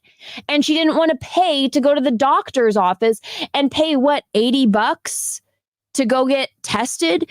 She didn't go to Planned Parenthood either, because sometimes Planned Parenthood will make you pay for shit, which they don't tell you that. Everyone that wants to demonize Planned Parenthood, they do make you pay for stuff in California. So she went to the college because it's free. If any of you guys watch LawTube, and whenever LawTube is covering it, I know a lot of them aren't in California. Go and tell them that in the comments. Tell them that she went to the college because they provide free. That's why she's going there. It's a free center. It was probably open and kind of close to where she was, but she went to the free center at UCLA because she's cheap and she didn't want to go to the doctor. There you go. Police department does not do this, Kit. They will, but you have to do a police report, which I don't think she did. She just went to the rape center at the college because it's free. And she doesn't have to do a report. She did everything to avoid the police. Exactly. They make you pay for stuff here at UCLA. I don't think they do it at colleges. They always advertise at colleges. I remember when I was in college, and they're like, I didn't go to San Francisco. I went to college in San Francisco. I didn't go to San Francisco State, but they were always advertising oh, if something traumatic, those really cheesy commercials on the radio. It's like, if something traumatic happens to you, come here. We'll take care of you free of charge. But yeah. Okay, let's see. If it's a crisis center, then it's free. If it's at a college, it's usually free. You can lie and say that you don't have a job and you don't have any money. But yeah, no. Well, because Planned Parenthood will ask you for your insurance. At a college, they just kind of assume that you don't, or your parents have insurance. But guys, this is a full-grown woman in her 30s. Instead of calling up her doctor and going to the doctor, she went to a free clinic. Give me a break. Because if she went to her doctor, they would have asked her for more information. If she went to the police, they would have asked her for more information. Instead, she went to a college full of teenagers and got tested where all the teenagers go to get tested because she didn't want to pay for it and she didn't want any kind of information out there. Okay. Let's see. She has shared a full copy of her treatment records, which state that she provided her underwear and other samples as evidence, which were frozen. An officer from Los Angeles Police Department was alerted by the center, according to the notes, but she chose not to make a police report. Shocking. Probably because she still wanted to date him and she just wanted to get tested for STDs. Saying to the center, she didn't think my words would meet anything up against his. The notes also state that she was worried that if her assailant's name is somehow released, then her name will be dragged through the dirt. Well, it doesn't bother you now, does it? Funny how that is. You guys think she's single with cats? How much you guys want to bet she's single with cats? And probably overweight now. How much you want to bet? Nadia had therapy at the clinic for the following 5 months. During her therapy sessions, records show that Nadia was contemplating criminal or civil proceedings before ultimately deciding against it. However, she wrote Brand a letter hoping to regain some of her power in the process. Her notes said, and she says, she sent it to his house. In the letter, she asked, do you know what you put me through, my body through? You scared the shit out of me on July 1st. I thought in any situation I would be strong enough to fight someone off. You completely broke me down. Hun, you were dating and fucking around with a drug addict, a drug and sex addict. Like, You made a terrible decision, right? You got involved with the wrong kind of guy. I'm pretty sure every single person that has dated has messed around with somebody they regret. That was like, it's a fucked up situation. We've all been there. But in this, come on, take some responsibility for your actions. It's not like it was a mystery at this point who Russell Brand was and the shit that he did. Why are you so shocked that he was like this? I don't understand. Okay. I was fighting and screaming so hard. Okay. Brand kept building his career in America. Then the following year, another woman claimed she was the victim of sexual assault at Brand's house. Phoebe, who was in her 20s, says she met Brand at an Alcoholics Anonymous meeting. Oh, so this great start. You met someone at Alcoholics Anonymous and you're shocked that there was issues. Wow. Like, I'm sorry. I have a really hard time for I have a really hard time having sympathy for people that make this dumb of decisions. Like, it's one thing if you're like, guys, yeah, I did something stupid this one time and you're laughing about it, or like you're just venting and you're like, hey guys, like I did something stupid. I regret it. And I'm like, fuck, like, why am I that dumb? Right? Like, there's a difference between laughing at your dumb mistakes and just venting about your dumb mistakes. But this story, you met, so you were at Alcoholics Anonymous and you went and had some kind of, I don't know, fuckery with somebody else that you met there. Wow. Before they started working together, and that she had a brief sexual relationship with him, which ended by the time of the alleged attack in early 2013. Phoebe says the team working on the project with Brand at the time worked from different locations, including from his property in West Hollywood. Wait, is this his show? No, wait, what project? Working on a project with, so some kind of film project? She was at his house when she realized that a member of his staff had gone out She was at his house when she realized that a member of his staff had gone out and they were alone. So there was only her, him, and one other person. She describes being trapped in a bedroom and realizing that Brad wanted to have sex. Why were you in his bedroom? Oh my gosh. This is stupid. Oh my God, I was in his bedroom and he wanted to have sex with me. How did you get in his bedroom? Oh, was it his studio apartment? I have a feeling it wasn't. So you were in his house. You went through his house. There was the kitchen, the living room, the dining room, the hallways, the entryway, the closet, the bathroom. But no, you made your way all the way into his bedroom. What the fuck do you think? Why are these people so stupid? You're in a man's bedroom. What the fuck do you think is gonna happen? A man who is a known alcoholic, drug addict, sex addict, and you're in his bedroom. How fucking stupid and they want us all to willingly, blindly believe them. She says she can't remember whether he was naked or in his underwear, but that he ended up naked at some point and started chasing. You went in his bedroom. Why were you in his bedroom? Like, if you were looking for the bathroom and you went the wrong way, or is his house under construction or like remodeling and the only working bathroom is in the master bedroom? Like, that would be a fundamental part of the story that we would need to know. If she's like, I went in his house and like we were working at his house, the other person left and I really needed to pee, and his bathroom he was remodeling, so I had to go up and use like the master bedroom, which I'm I would be very shocked if Russell Brand was living in a house that only had 2 bathrooms, right? I'm sure he had some kind of nice mansion. It doesn't say apartment, it says house. Like, so they were working at his house. So why are you in his bedroom or a bedroom? Why were you in a bedroom? Is my question. Why did you go? And if you felt that uncomfortable, why were you in a bedroom? Right? I don't think that's an outrageous question to ask.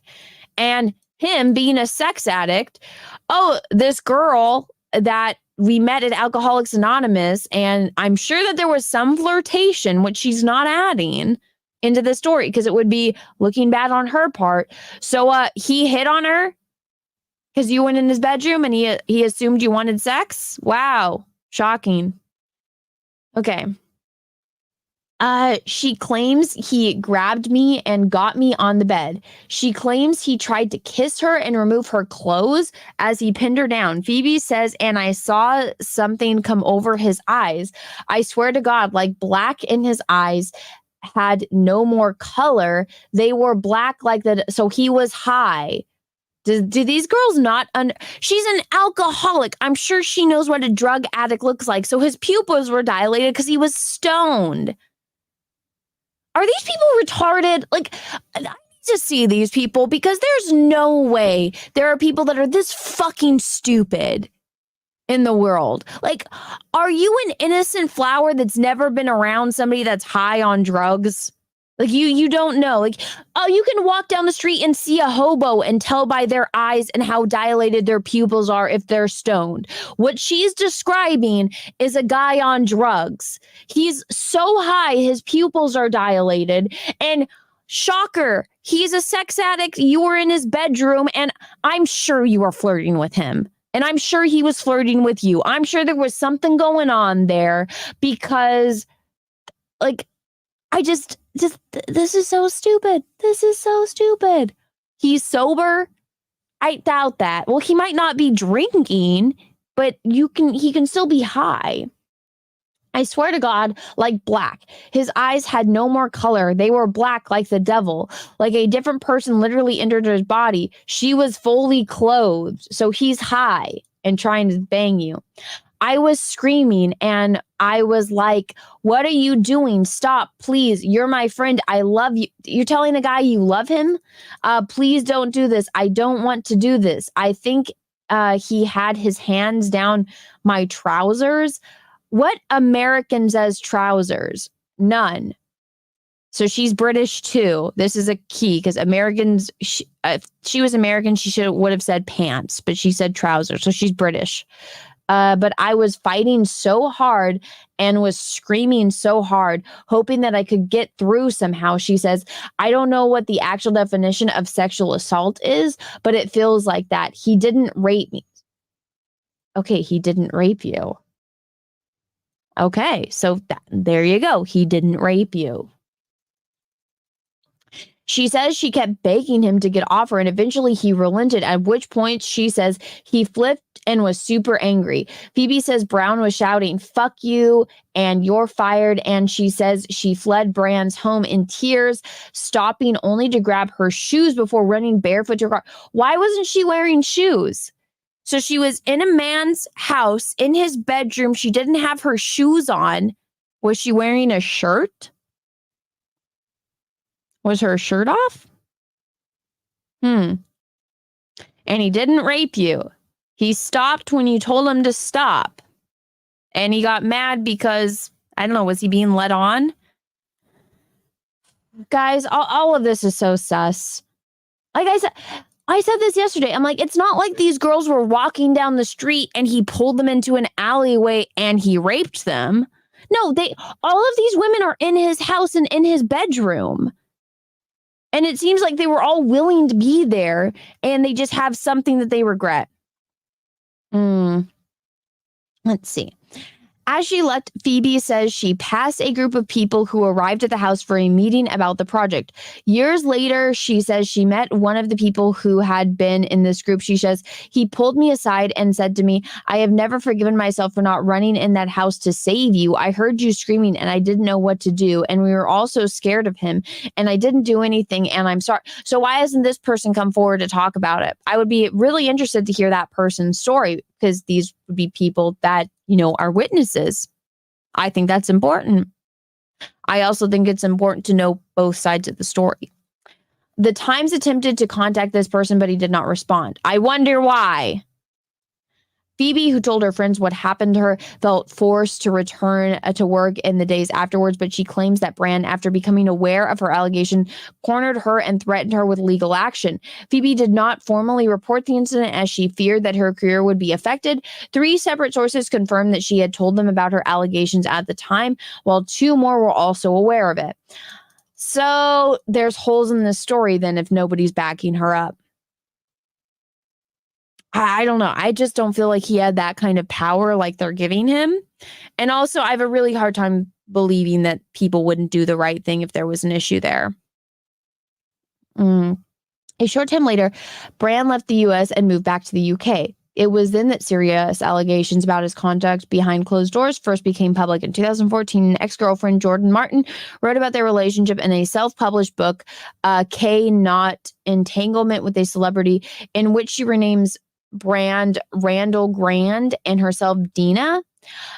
So it's a chick that used her relationship with him for clout and money. Shocking. She declined to be interviewed for this investigation due to personal family circumstances, but has confirmed that she stands by her account in the book that says that it is an accurate description of their relationship. Brand never challenged her on this content. What's it about? Now I need to look up what this book says. I think it's so funny, though, she won't comment on this article and this hit piece, I should say. Brand and Martin had a 6-month relationship from February 2007, during which they briefly lived together. In the book, Martin describes being sexually assaulted by Brand and Brand being physically and emotionally abusive towards her.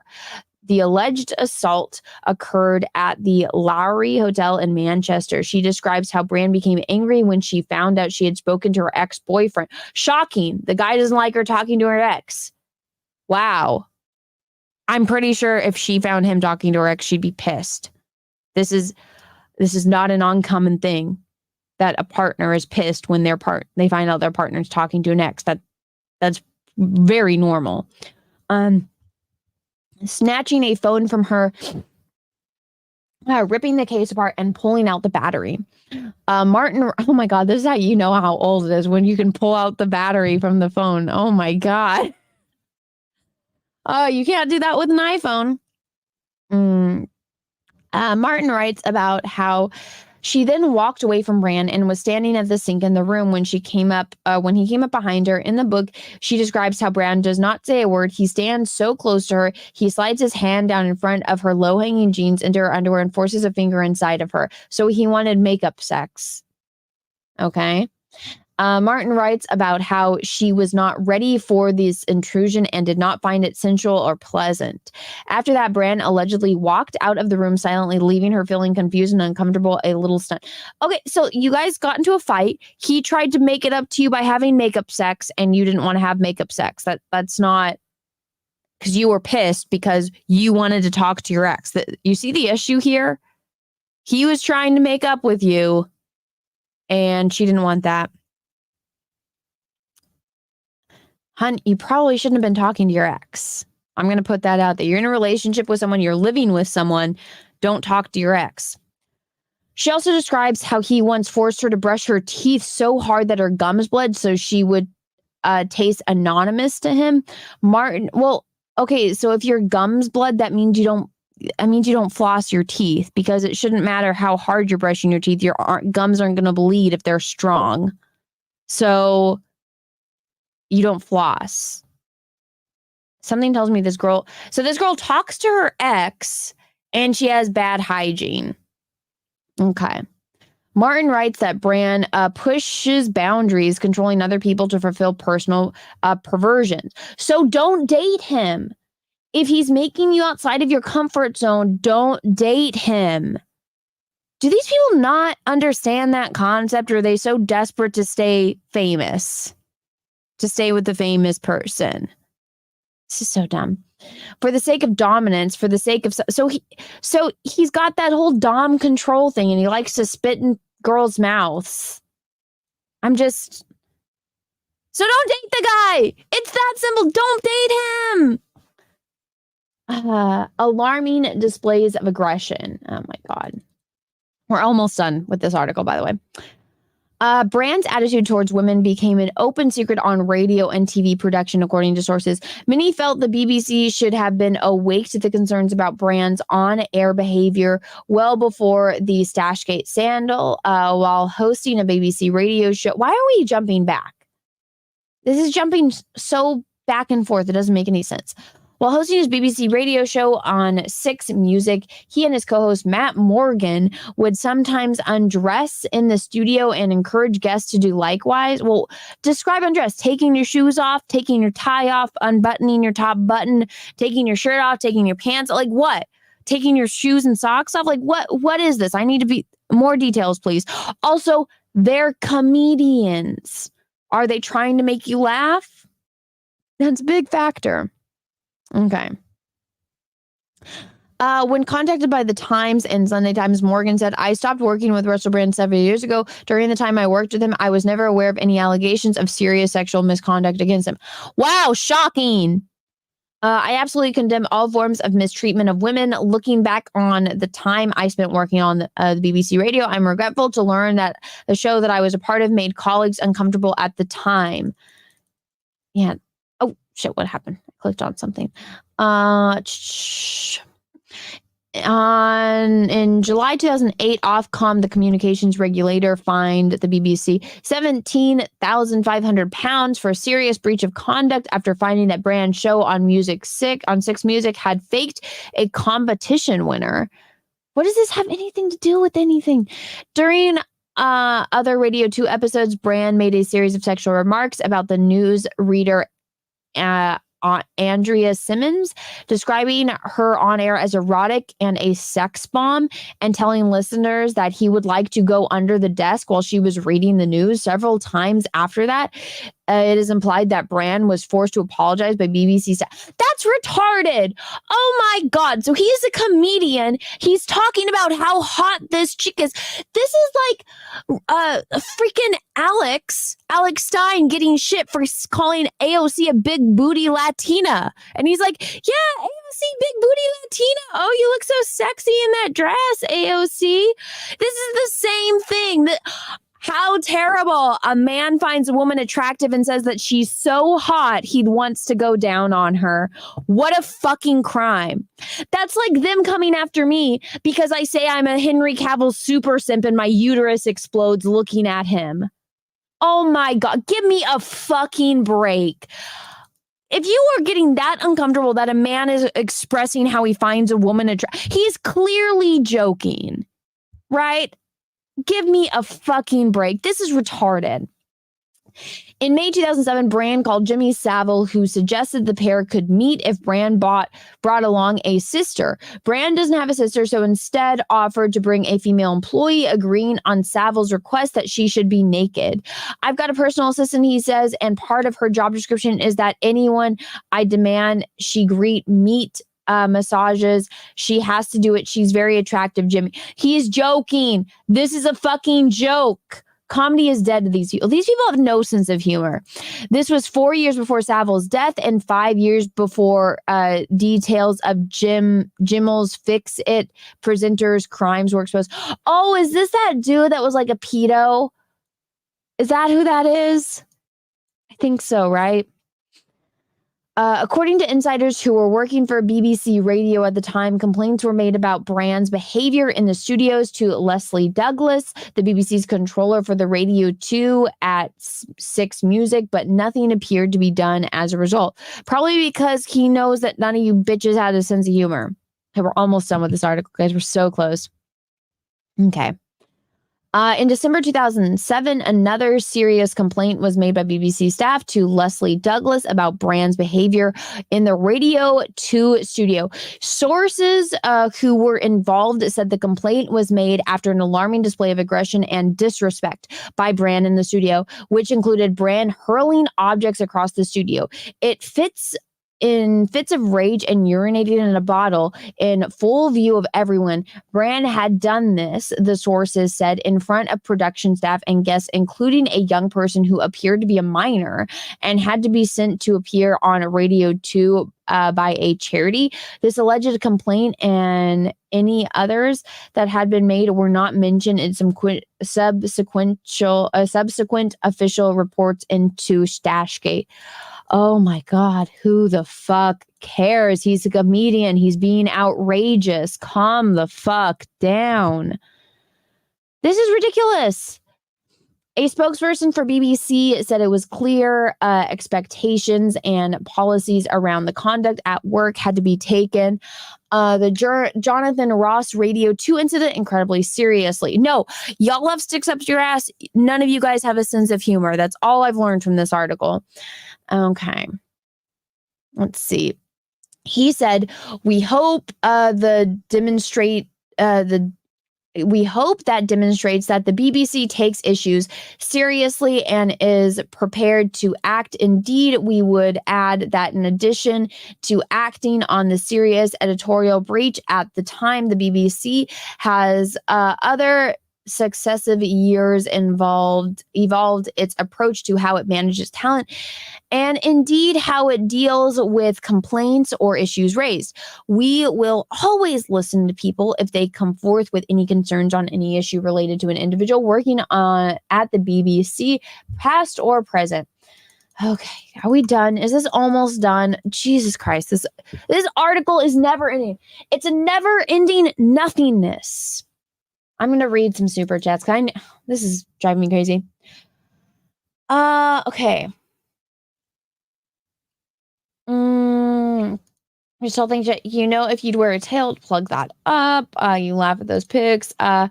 You don't laugh at all the pics, do you? Surely not. Russell, thank you for and more super chats. My size is adequate and wholly pleasing. I've heard some women in the UK wear skirts. Anna, the girl is English. No, she doesn't flaunt. Oh, that is a good point, Russell. I will give you that. That is a good point. Oh my God. How much longer is this article? This is ridiculous. Oh my God. Okay, we're almost done. Fucking A, man. Okay, here we go. Brand and Jonathan Ross issued an apology after Stashgate scandal in 2008. Lawyers representing Douglas said Mrs. Douglas did not at any time encourage, enable. Who's Mrs. Douglas? Or Miss Douglas? Oh.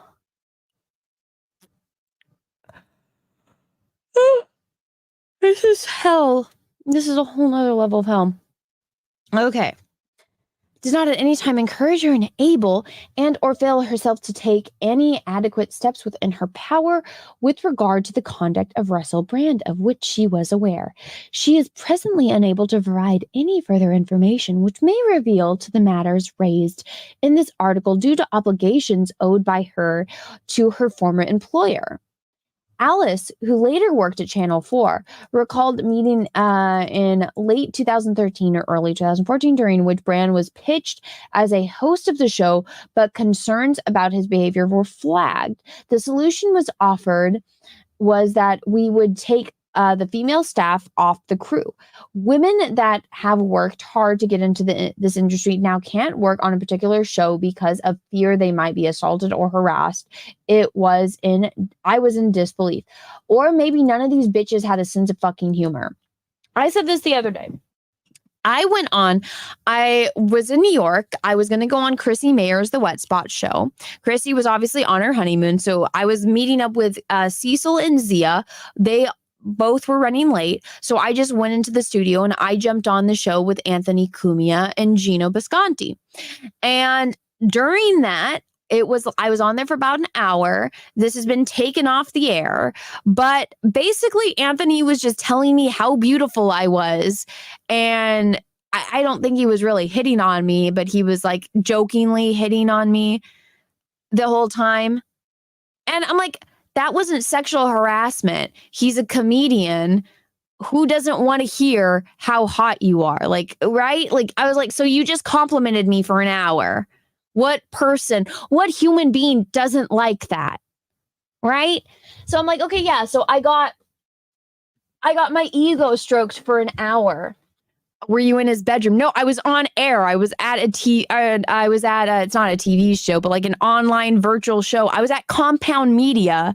There was people in the room. There was people behind the cameras. There was people doing all of the like live streaming and all the sound mixing and all that. I was sitting at a desk between Gino and Anthony talking for an hour. And Anthony just kept telling me how beautiful he thought I was and that he liked my cleavage and that he liked my freckles on my boobs.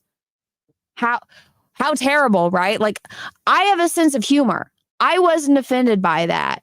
But this is how humanity doesn't have a sense of humor anymore, even though I was on a comedy show, which Russell Brand is a comedy show.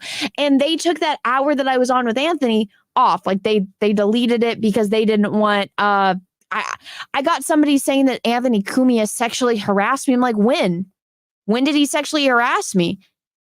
And they're like, when you were on his show. I was like, he didn't sexually harass me. It's people getting defensive and offended on my behalf. And I was like, all he did was tell me how beautiful I was for an hour. That's not sexual harassment. He complimented the freckles on my boob. Like, how is that sexual harassment? I have a fucking sense of humor.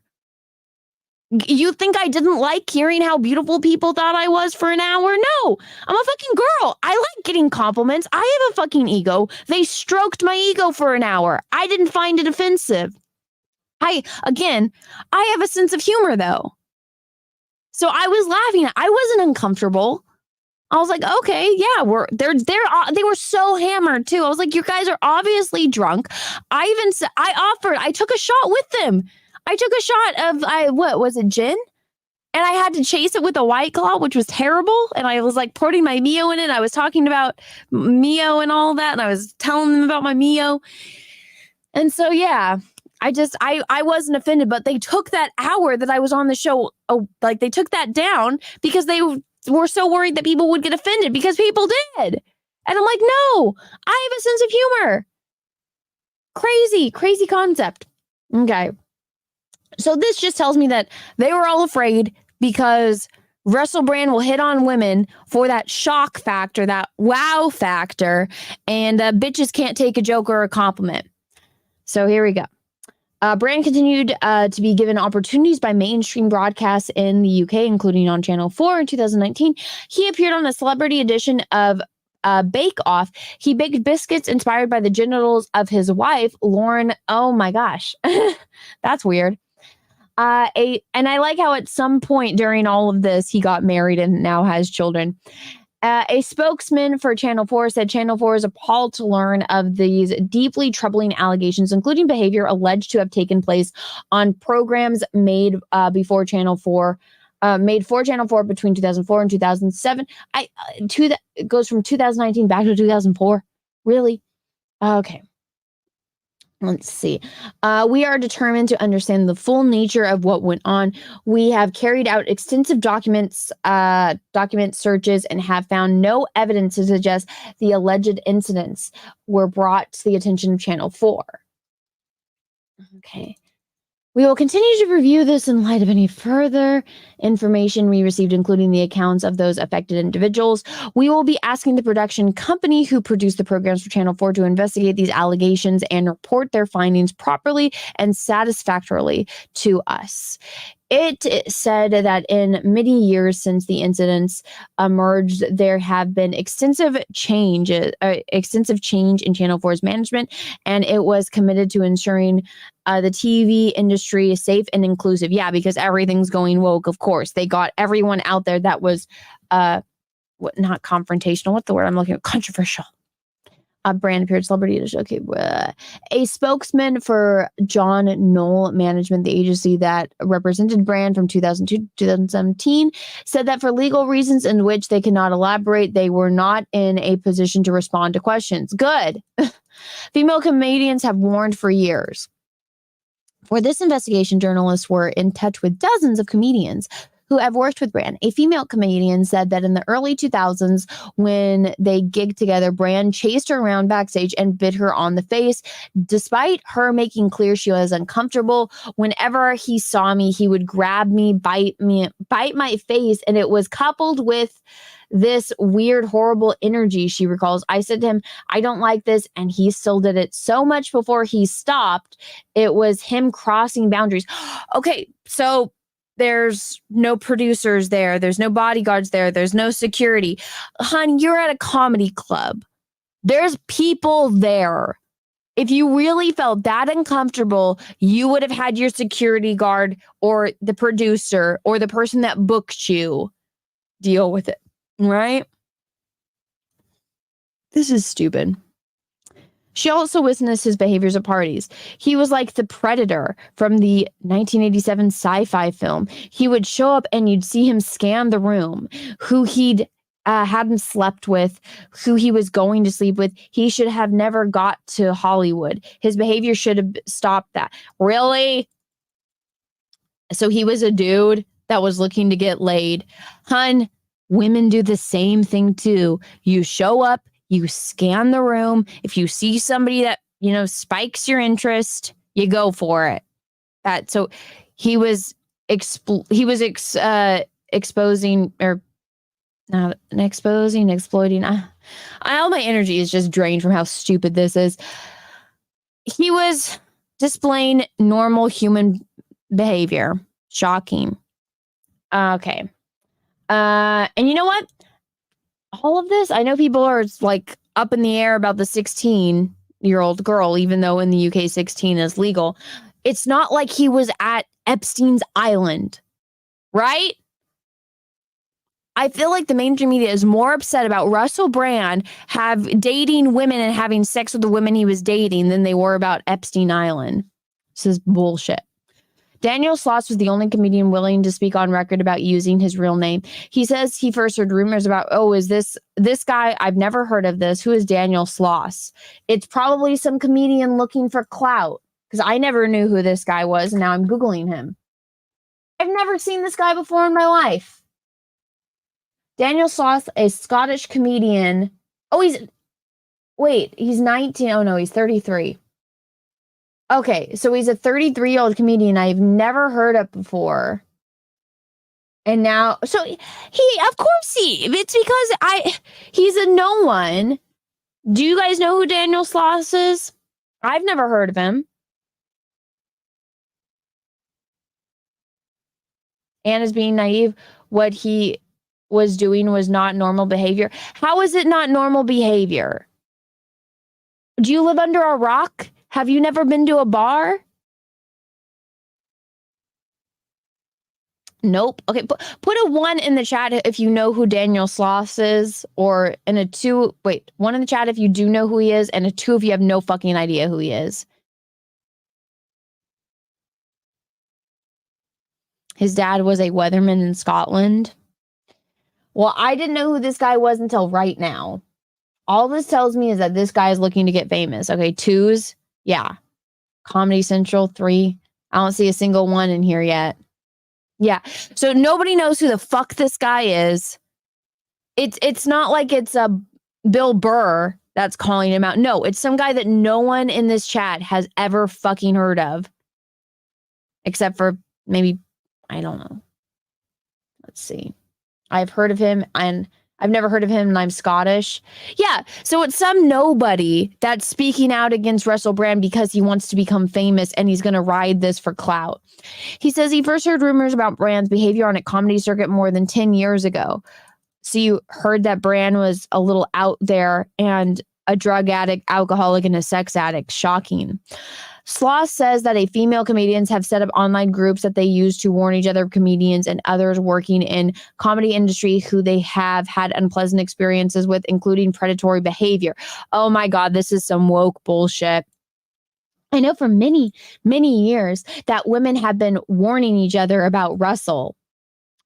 He said, I know there are comedians who have made references and jokes to Russell's alleged crimes and have either been asked or told not to do these jokes anymore. In recent years, Brand has reinvented himself. He promotes himself as a wellness guru and an estimated 28 million followers across social media, podcasts, and live festivals. He has become known for discussing conspiracy theories while offering advice on subjects such as relationships and addiction. Here we go. We're almost done. Light at the end of the tunnel, guys. In late 2020, Alice, who is now happily married, contacted Brand's literary agent, Agard Wood, the co-founder of Tavistock Wood, which is owned by the talent agency Curtis Brown. Alice says she told Brand's representative what he did to her when she was 16. She hoped he had changed and she wanted an apology. Bitch, you were dating him. You dated this motherfucker for 3 fucking months and you were fine with all of it except the threesome, and you're that. Who the fuck does this? Girl, you're married and you're going out of your way to try to get an apology out of your ex-boyfriend. Oh my, you know that marriage is hitting the rocks. Oh my God. How fucking stupid. The fuck? No, exes are exes for a reason. You hit that block button. This is stupid. At the very least, for them to know the type of man they were representing. She says she was told Bran was away at a wellness retreat, but that she would get a response. Alice eventually did hear back from a lawyer acting for Bran who denied her allegations. It was very aggressive, she said. Clearly, I was after money and implied that it was almost blackmail what I was doing. Yeah, she wanted in writing him to like say, okay, during the Me Too movement, like when Me Too is a thing, you're reaching out saying you want a written statement about this? Bull fucking shit, hun. He did the right thing by sending his lawyers after. Absolutely fucking true. Alice eventually did hear a lawyer. I've never mentioned money. The lawyer, no, because you wanted it in writing that what he did to you was wrong, even though you were in a consensual relationship with him. And the only time you objected was when he wanted to have a threesome and already had another girl there ready for the threesome. And that's when you dumped him. Everything else, you might not have been into the sexy time, but you did it. You fucking did it. You didn't break up with him after the fact. You only broke up with him when you realized that you weren't the only chick in his life. This is stupid. The lawyer was the only person that ever mentioned money. That's because lawyers aren't dumb. Or not all of them are. She replied to Brand's lawyer, emphasizing that she was sharing the truth and had never asked for money. Because you want it in writing so you can Me Too him and you can have written fucking proof. And these lawyers aren't dumb. Emphasizing that she was sharing the truth and had never asked for money. I have spent too long recovering from these acts to have them dismissed or to be intimidated into invalidating my own experiences, she wrote, adding, to imply that there is a quantifiable amount that would compensate for sexual assault is frankly insult. It's not sexual assault. You were a willing participant of the sex. You might not have liked it, but you were a willing participant in it. That's not sexual assault. He didn't drug you. He didn't pull you into an alleyway and rape you. You were in his bed having sex with him, and he spit in your mouth at one point and he wanted a blowjob, which you didn't say no to. You just didn't like how aggressive the blowjob was. Yeah, my God. It would take his representatives almost 3 years to say they believed Alice. Really? They believed her? Really? Or do they believe that what she's saying is what she believes? After we contacted him last week, Brand was suddenly removed from the websites of Curtis Brown and Tavistock Wood. Yeah, because you guys are canceling him. He just lost his monetization on YouTube now, too. That just came out today. The latter then said that Russell Brand categorically and vehemently denied the allegations made in 2020, but we now believe we were horribly misled by him. Travis Dogwood because they're trying. Of course, they has terminated all professional ties to Brand. Yeah, because you guys are canceling them. Some names have been changed. No shit. Okay, that's the article, guys. That is the fucking article. They canceled him. They canceled him. They don't like what he's doing. They don't like what he's saying, so they cancel him. Okay. Comic Book and Cahoots, thank you for Super Chat. If they're doing this Brand, imagine what they do to Captain Chokeout after he rotates their guts. I know, right? Patrick T, thanks for how's the Mio started going? It sucks. Voice of the People, thank you for the 5. Remember what the that MMA fighter had a Me Too allegation that never again went close to another ring girl? This will only make people not believe real claims. It's same. Okay, I don't know anything about the MMA person. I don't follow any of that, so this is my first time hearing about it. But yeah, no, it's the same thing with Amber Heard. Like, all of this. I don't believe them. I just read through their stories and I just found a million holes in every single story that was given. And I think I provided reasonable explanations for, what could have been going on. Right? I think I did. I did my best to provide that and to give my commentary and my thoughts on the situation. I think it's bullshit. I think it's bullshit. Yeah. I'm tired. 2 days of this. I have to do a video on it, but yeah. It's a bunch of, I guarantee you all of these chicks, well, I guess the Alice chick is married, so at least one of them is married. But I guarantee you none of them have reached the level of success that Russell Brand has, and They want their fame again. They didn't get to be the one that changed him, so now they want to be the ones that take him down. This is stupid. This is so stupid. I'm exhausted. Is YouTube slowing your stream? I don't know. StreamYards has been weird though. Am I lagging?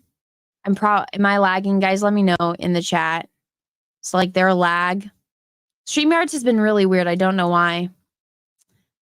Okay.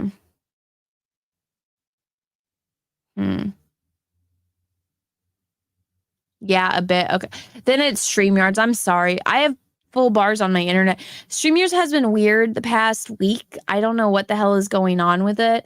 It kept kicking me off of streams, and then it was weird about sharing, and then it wasn't playing my clips or anything. So I don't know what's going on. Apparently now it's lagging. Maybe it's because it's almost 1 p.m. and everyone's on the internet right now.